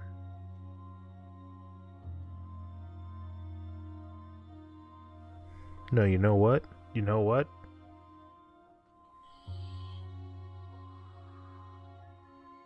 No, fuck this guy. You know what? Because Full Metal Alchemist. That's why. I think that's what it is. If I'm gonna take a guess, that's what I think. I think this is a super loose, super vague. That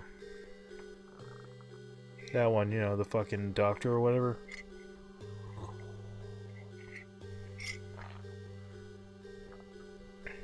Cat, white. Momo, please. Get in my lap or something. You're getting all over the mic. Come on. Get away from it. This fucking bean. This fucking bean.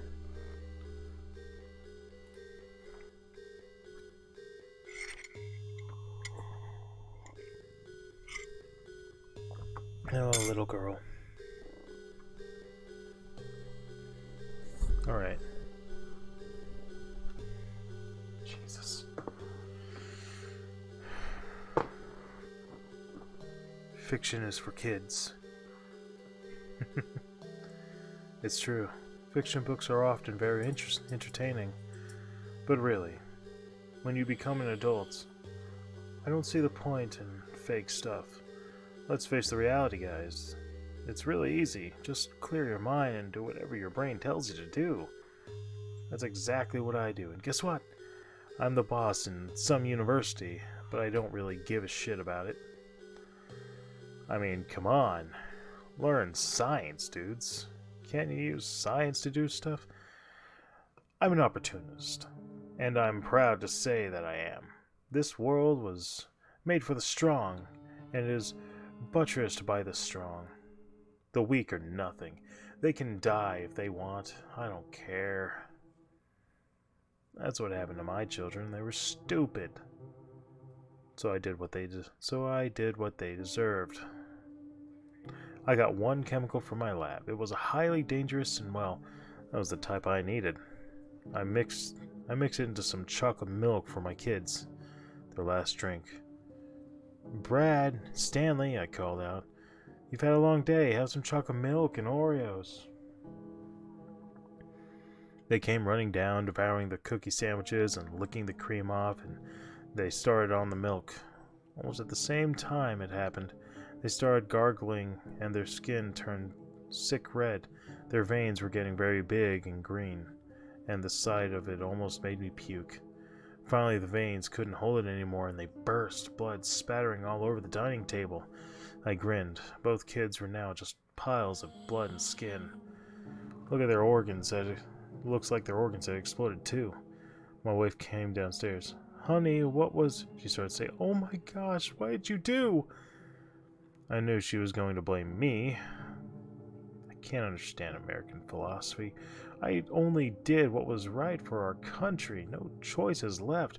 I decapitated her with a kitchen knife. Blood and gore. Ugh, gross.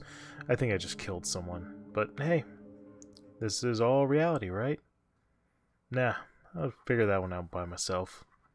Let me go find some weaklings.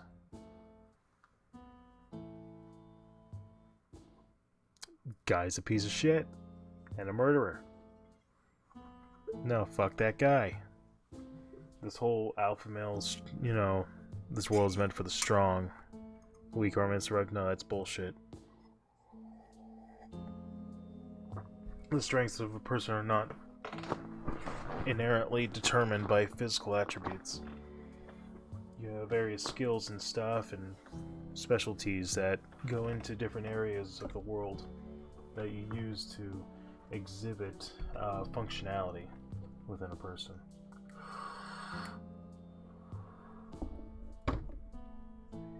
You allow yourself the room to be able to take in what you need, whether it be good or bad, and try and turn it into something productive.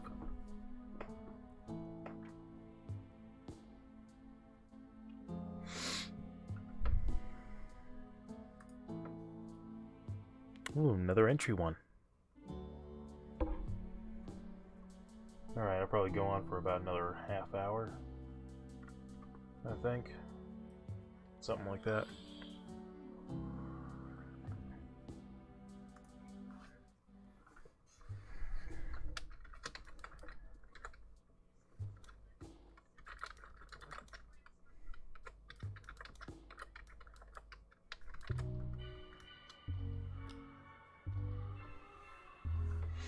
Okay.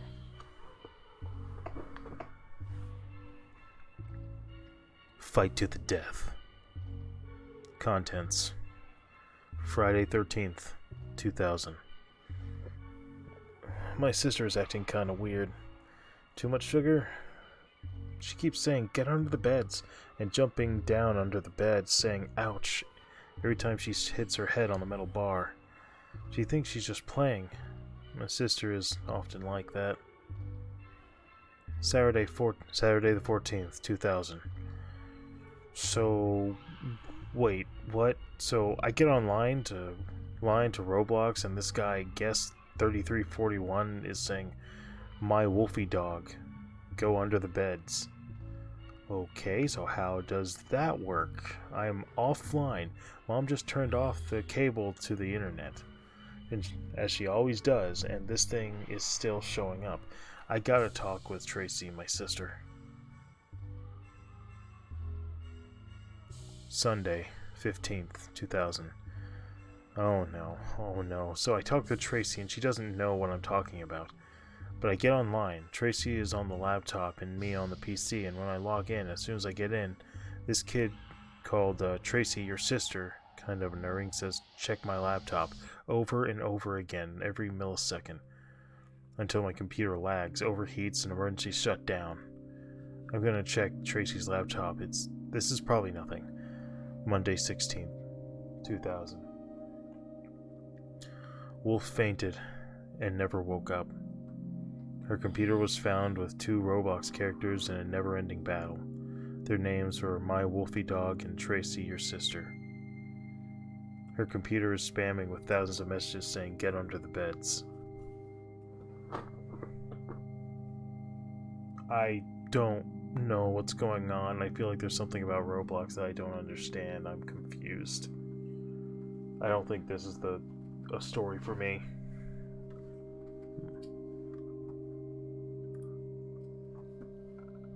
Oh boy. Okay. Alright, gotcha. Okay. Fight Night, Round 3, Haunted Case.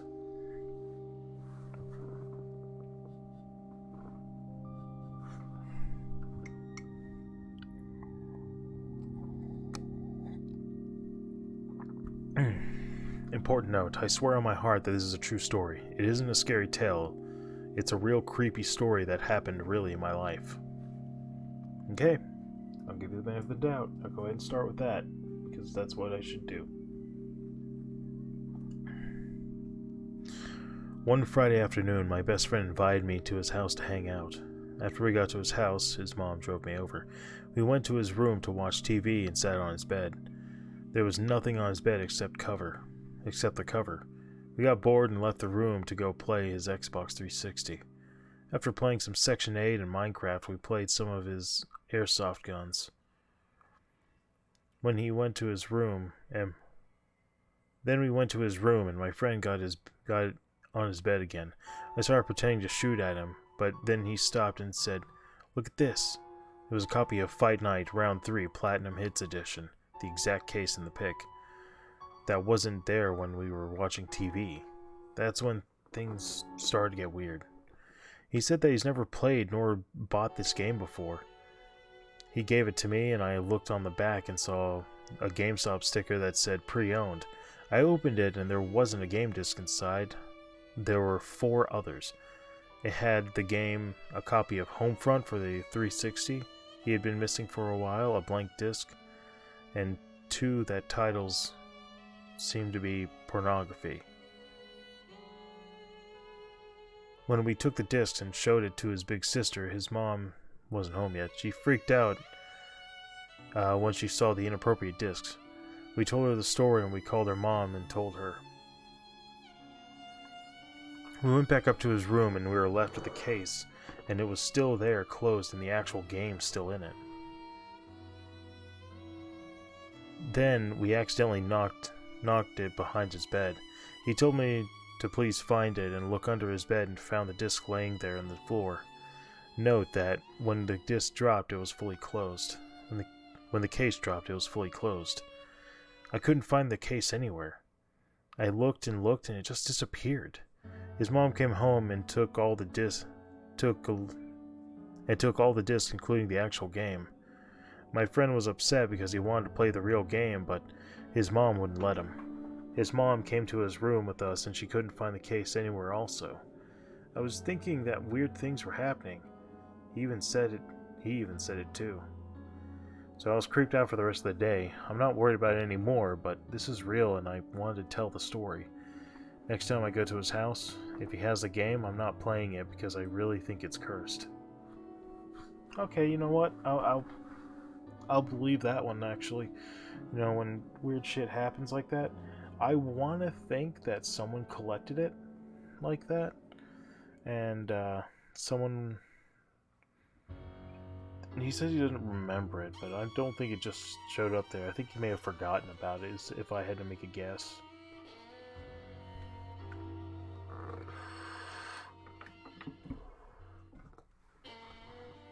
Alright.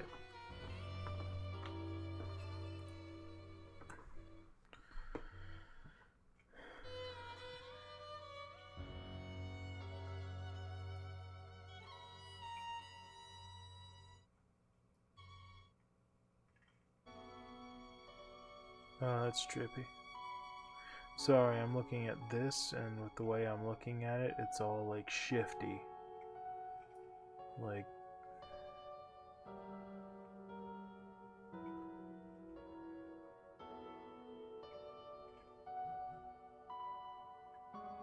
That's neat. Anyway.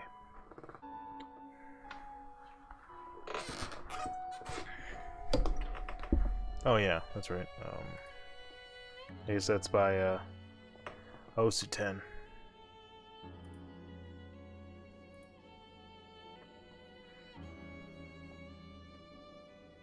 Okay. File 59. If you're reading this, then you have found the secret message. This is the last one I can send out. I am not dead. It's sitting right in front of you. You are meant to survive this. You can't give him what he wants. I don't know how to tell you this, but there is no more link. There's no more link now. He was the last thing that stood between you and it as some kind of conduit. That conduit is severed now.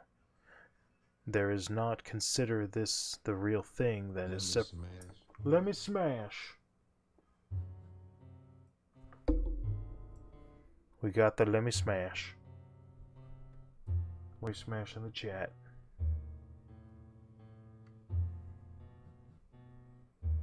Yeah, and when this ends up on YouTube, let me smash in the comments if anyone actually ends up watching it.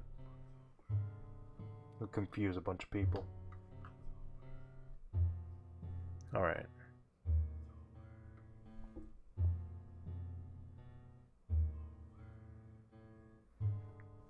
The last thing that's so between it and the conduit. The conduit is severed now. There is not, consider this the real thing, separating you from him. He will try to get you. He will try to break you, but you will have to remain strong. You cannot it. It is sadistic. It will try to give you guys a fighting chance like it's given everyone else. It wants you to try and resist to try and be fooled into thinking that you have any semblance of free will. Do not buy it. Do not believe it. It is always watching.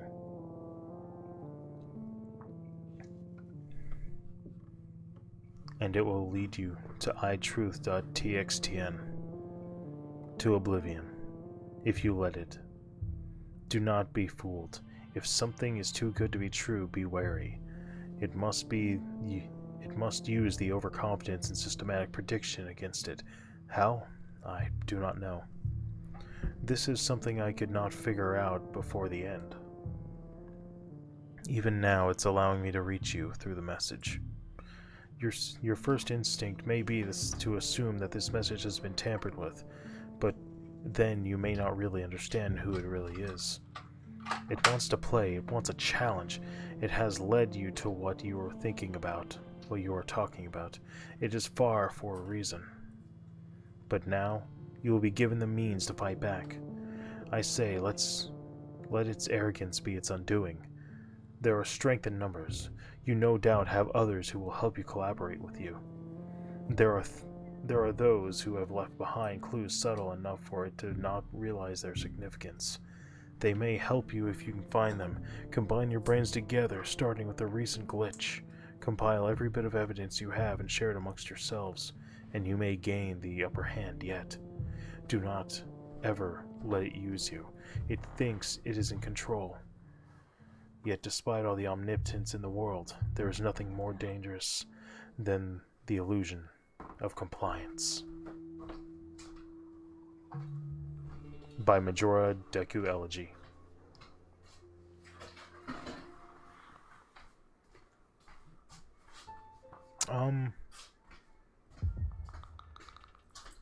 I am very confused on what it's... I have no idea what it's talking about. Just some kind of entity is all I can really put in there.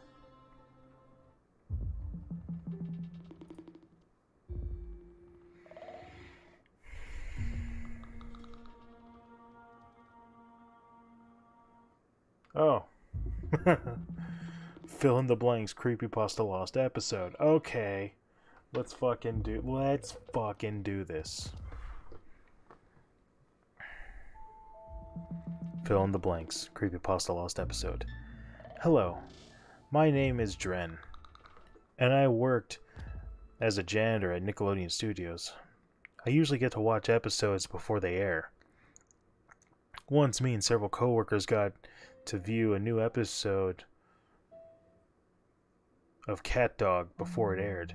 Usually there are comical titles to their episodes, sort of a work-related chuckle, like a title would have a fake title like Dead Hand instead of Cornhole when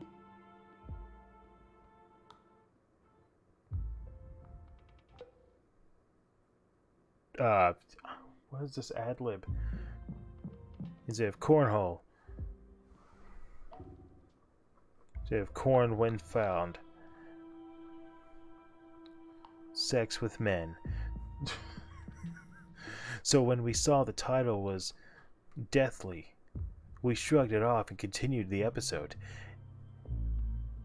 It started with cat talking to dog. Suddenly the character's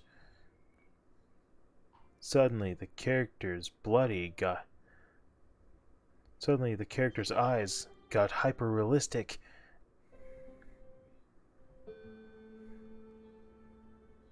It was weird.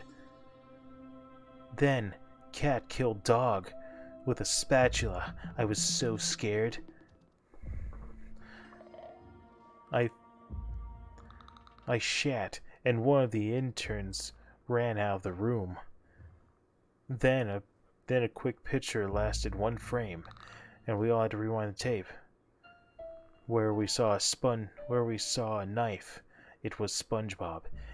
It was so ugly. I shat again, and we continued with the episode. Then we heard screaming, and Cat was holding a knife, and the voice said, "Goodbye," and "You're next now." Then the tape suddenly exploded, and that's why I can't show you the video. My friend caused suicide later, and his note read, My ass was too hot. Then I visited his house, and then a wiener popped out, bitch. That's what I'm going with. Let me see if I can learn clipping. I'll look at it later to see if it's palatable. I can clip it out later for something. I don't know, it was probably terrible. By Movie Reviews 98. You know what? You can send this one to people just to fuck around. It'd be great. Alright.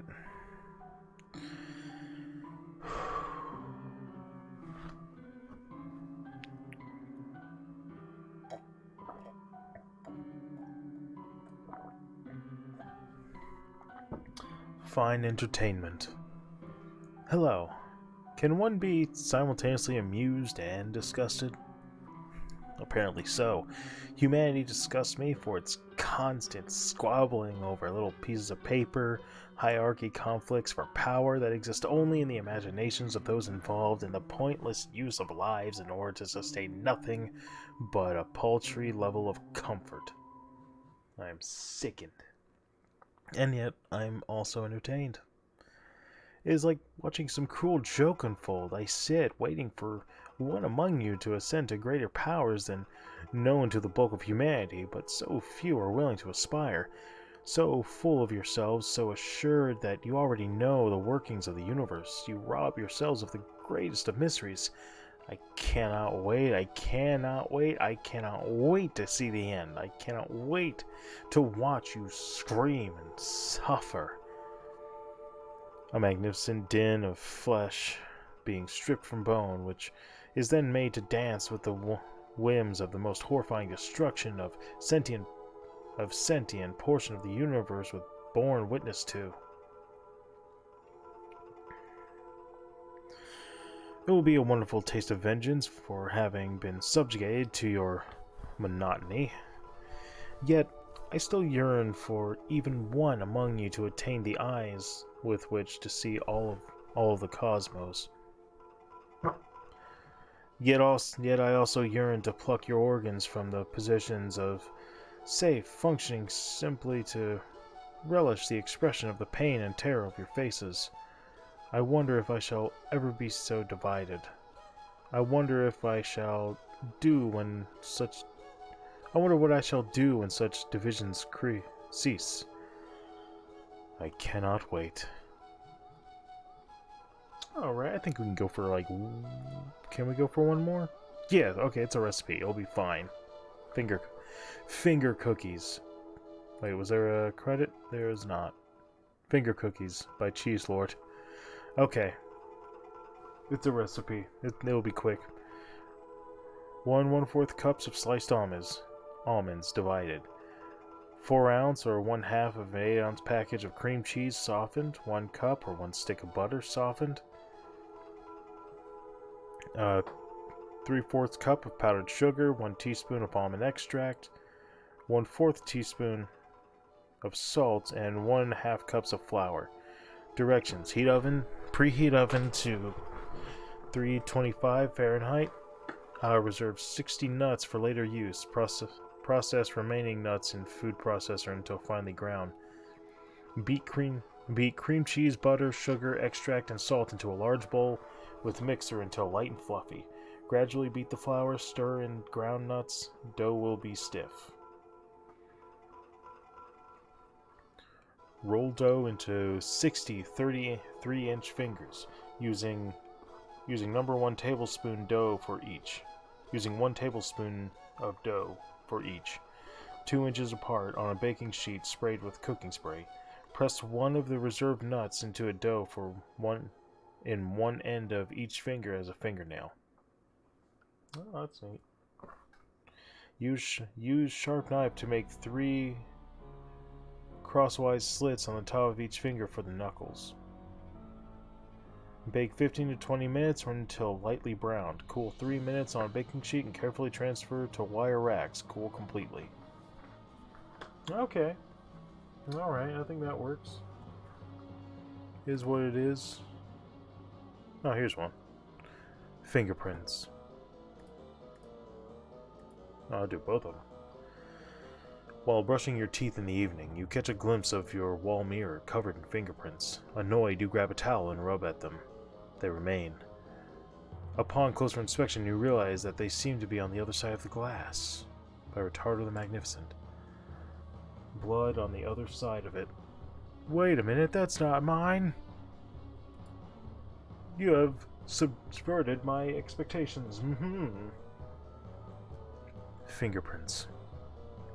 They told Jimmy that he was in the asylum for one reason. To turn him from a mindless, cannibalistic freak into a sane, normal-thinking person. Next time they find a corpse with chunks of flesh torn out, they wouldn't find any fingerprints. By Creepy Storyteller. Yeah, you might want to get rid of the actual evidence that you're going to have to deal with. But yeah, I think that's gonna be it for tonight. Let me go ahead and write down that the last one we did was fingerprints. We did both of them, so I don't get confused. Fingerprints. Alright, now let's see how many we've actually done so far. Come on.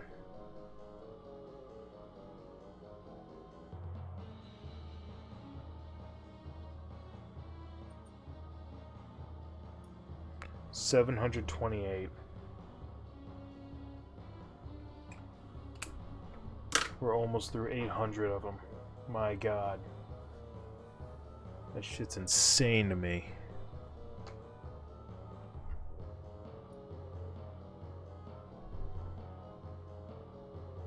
Wait, that is Evil Ball FLV? Okay, so it's just still up there. Why is it still up there? I've exited out. But yeah, next we'll be on Fire Emblem Sacred Stones. So, yeah, that'll be interesting. Alright. So thank you for watching. Feel free to like, comment, share, and subscribe or follow to be my buddy. Feel free to check out my links down in the description or wherever it is on Twitch. To my Facebook, YouTube, Twitter, Discord, Patreon, whatever have you, all my other my socials in there. Feel free to help me get to affiliate and maybe one day partner. I want to see how all this stuff works. I want to learn more about this system. And hopefully I'll be able to continue next Saturday, or next Sunday, which will be the 15th. Yeah, Sunday the 15th. I gotta get blood on 16th, so we got 3 more days of streaming that we're gonna have. And I don't think we're gonna be able to get much more than that because I don't always have that kind of time. In any case, I'm glad to, I'm getting interested in the Twitch side of things, so I'm gonna keep experimenting with it. So thank you once again for dropping by.